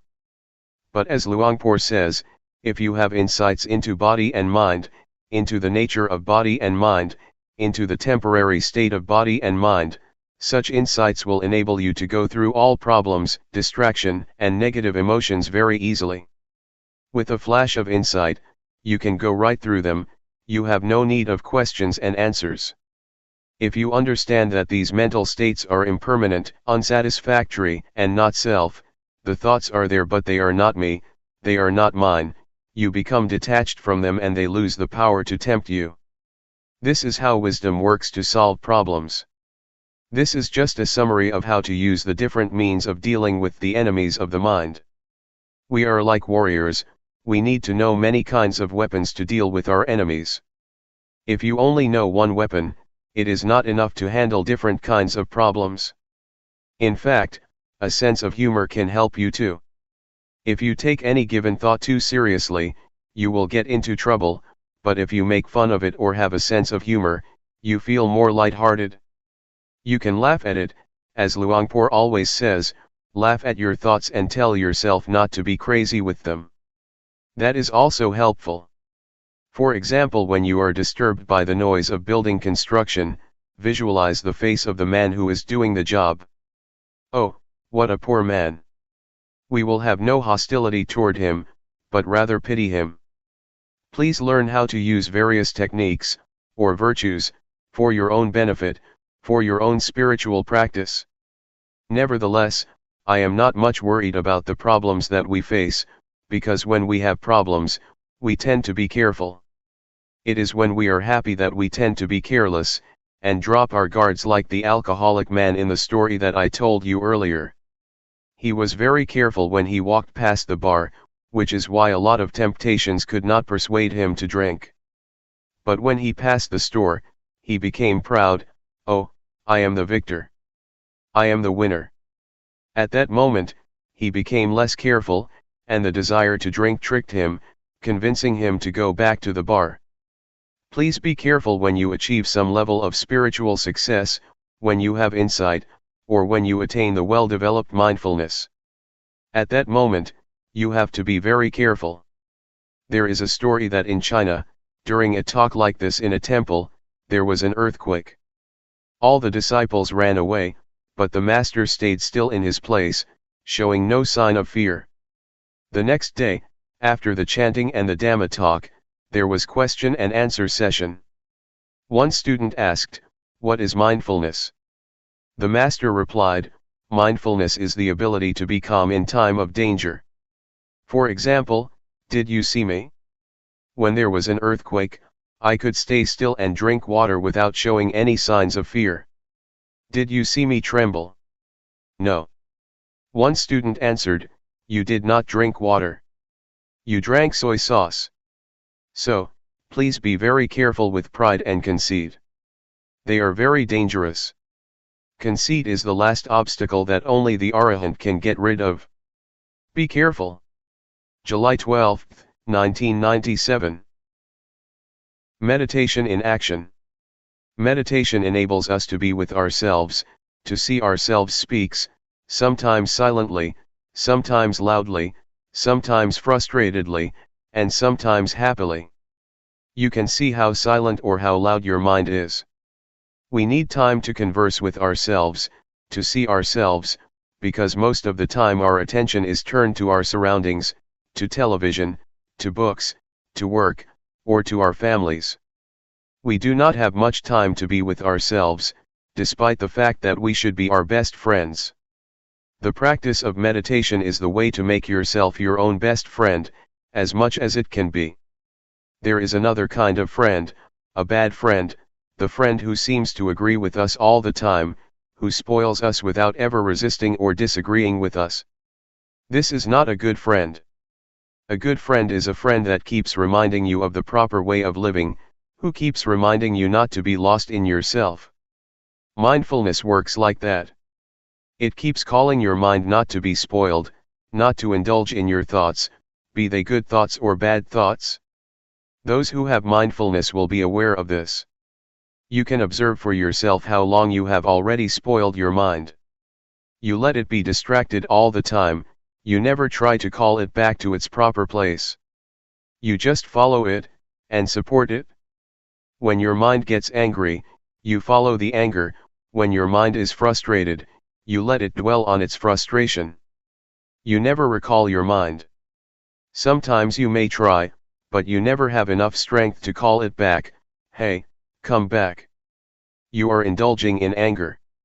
You are lost in anxiety or suffering. Come back. Now, with mindfulness, you will be able to be a good friend to yourself. You will be able to call your mind back to its proper place, to the present moment, to the present activity. We are not going to spoil our minds anymore.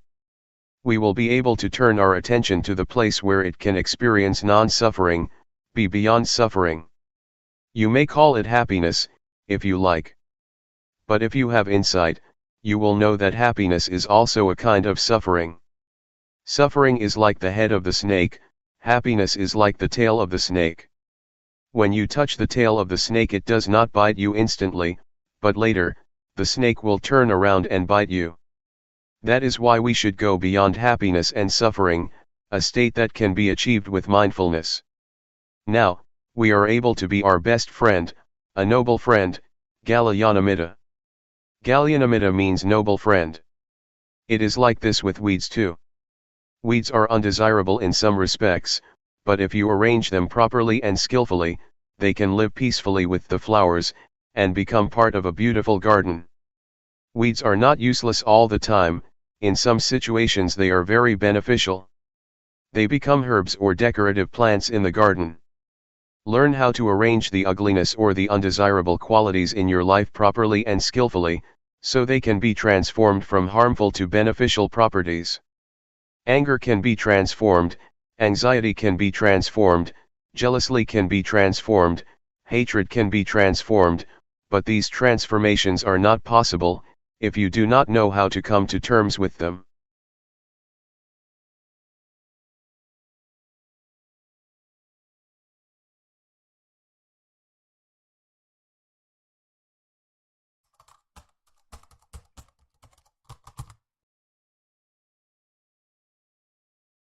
May all beings be at ease. Whatever living beings there may be, whether they are weak or strong, omitting none, the great or the mighty, medium, short or small, the seen and the unseen,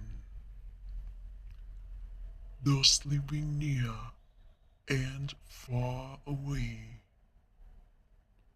those born and to be born. May all beings be at ease.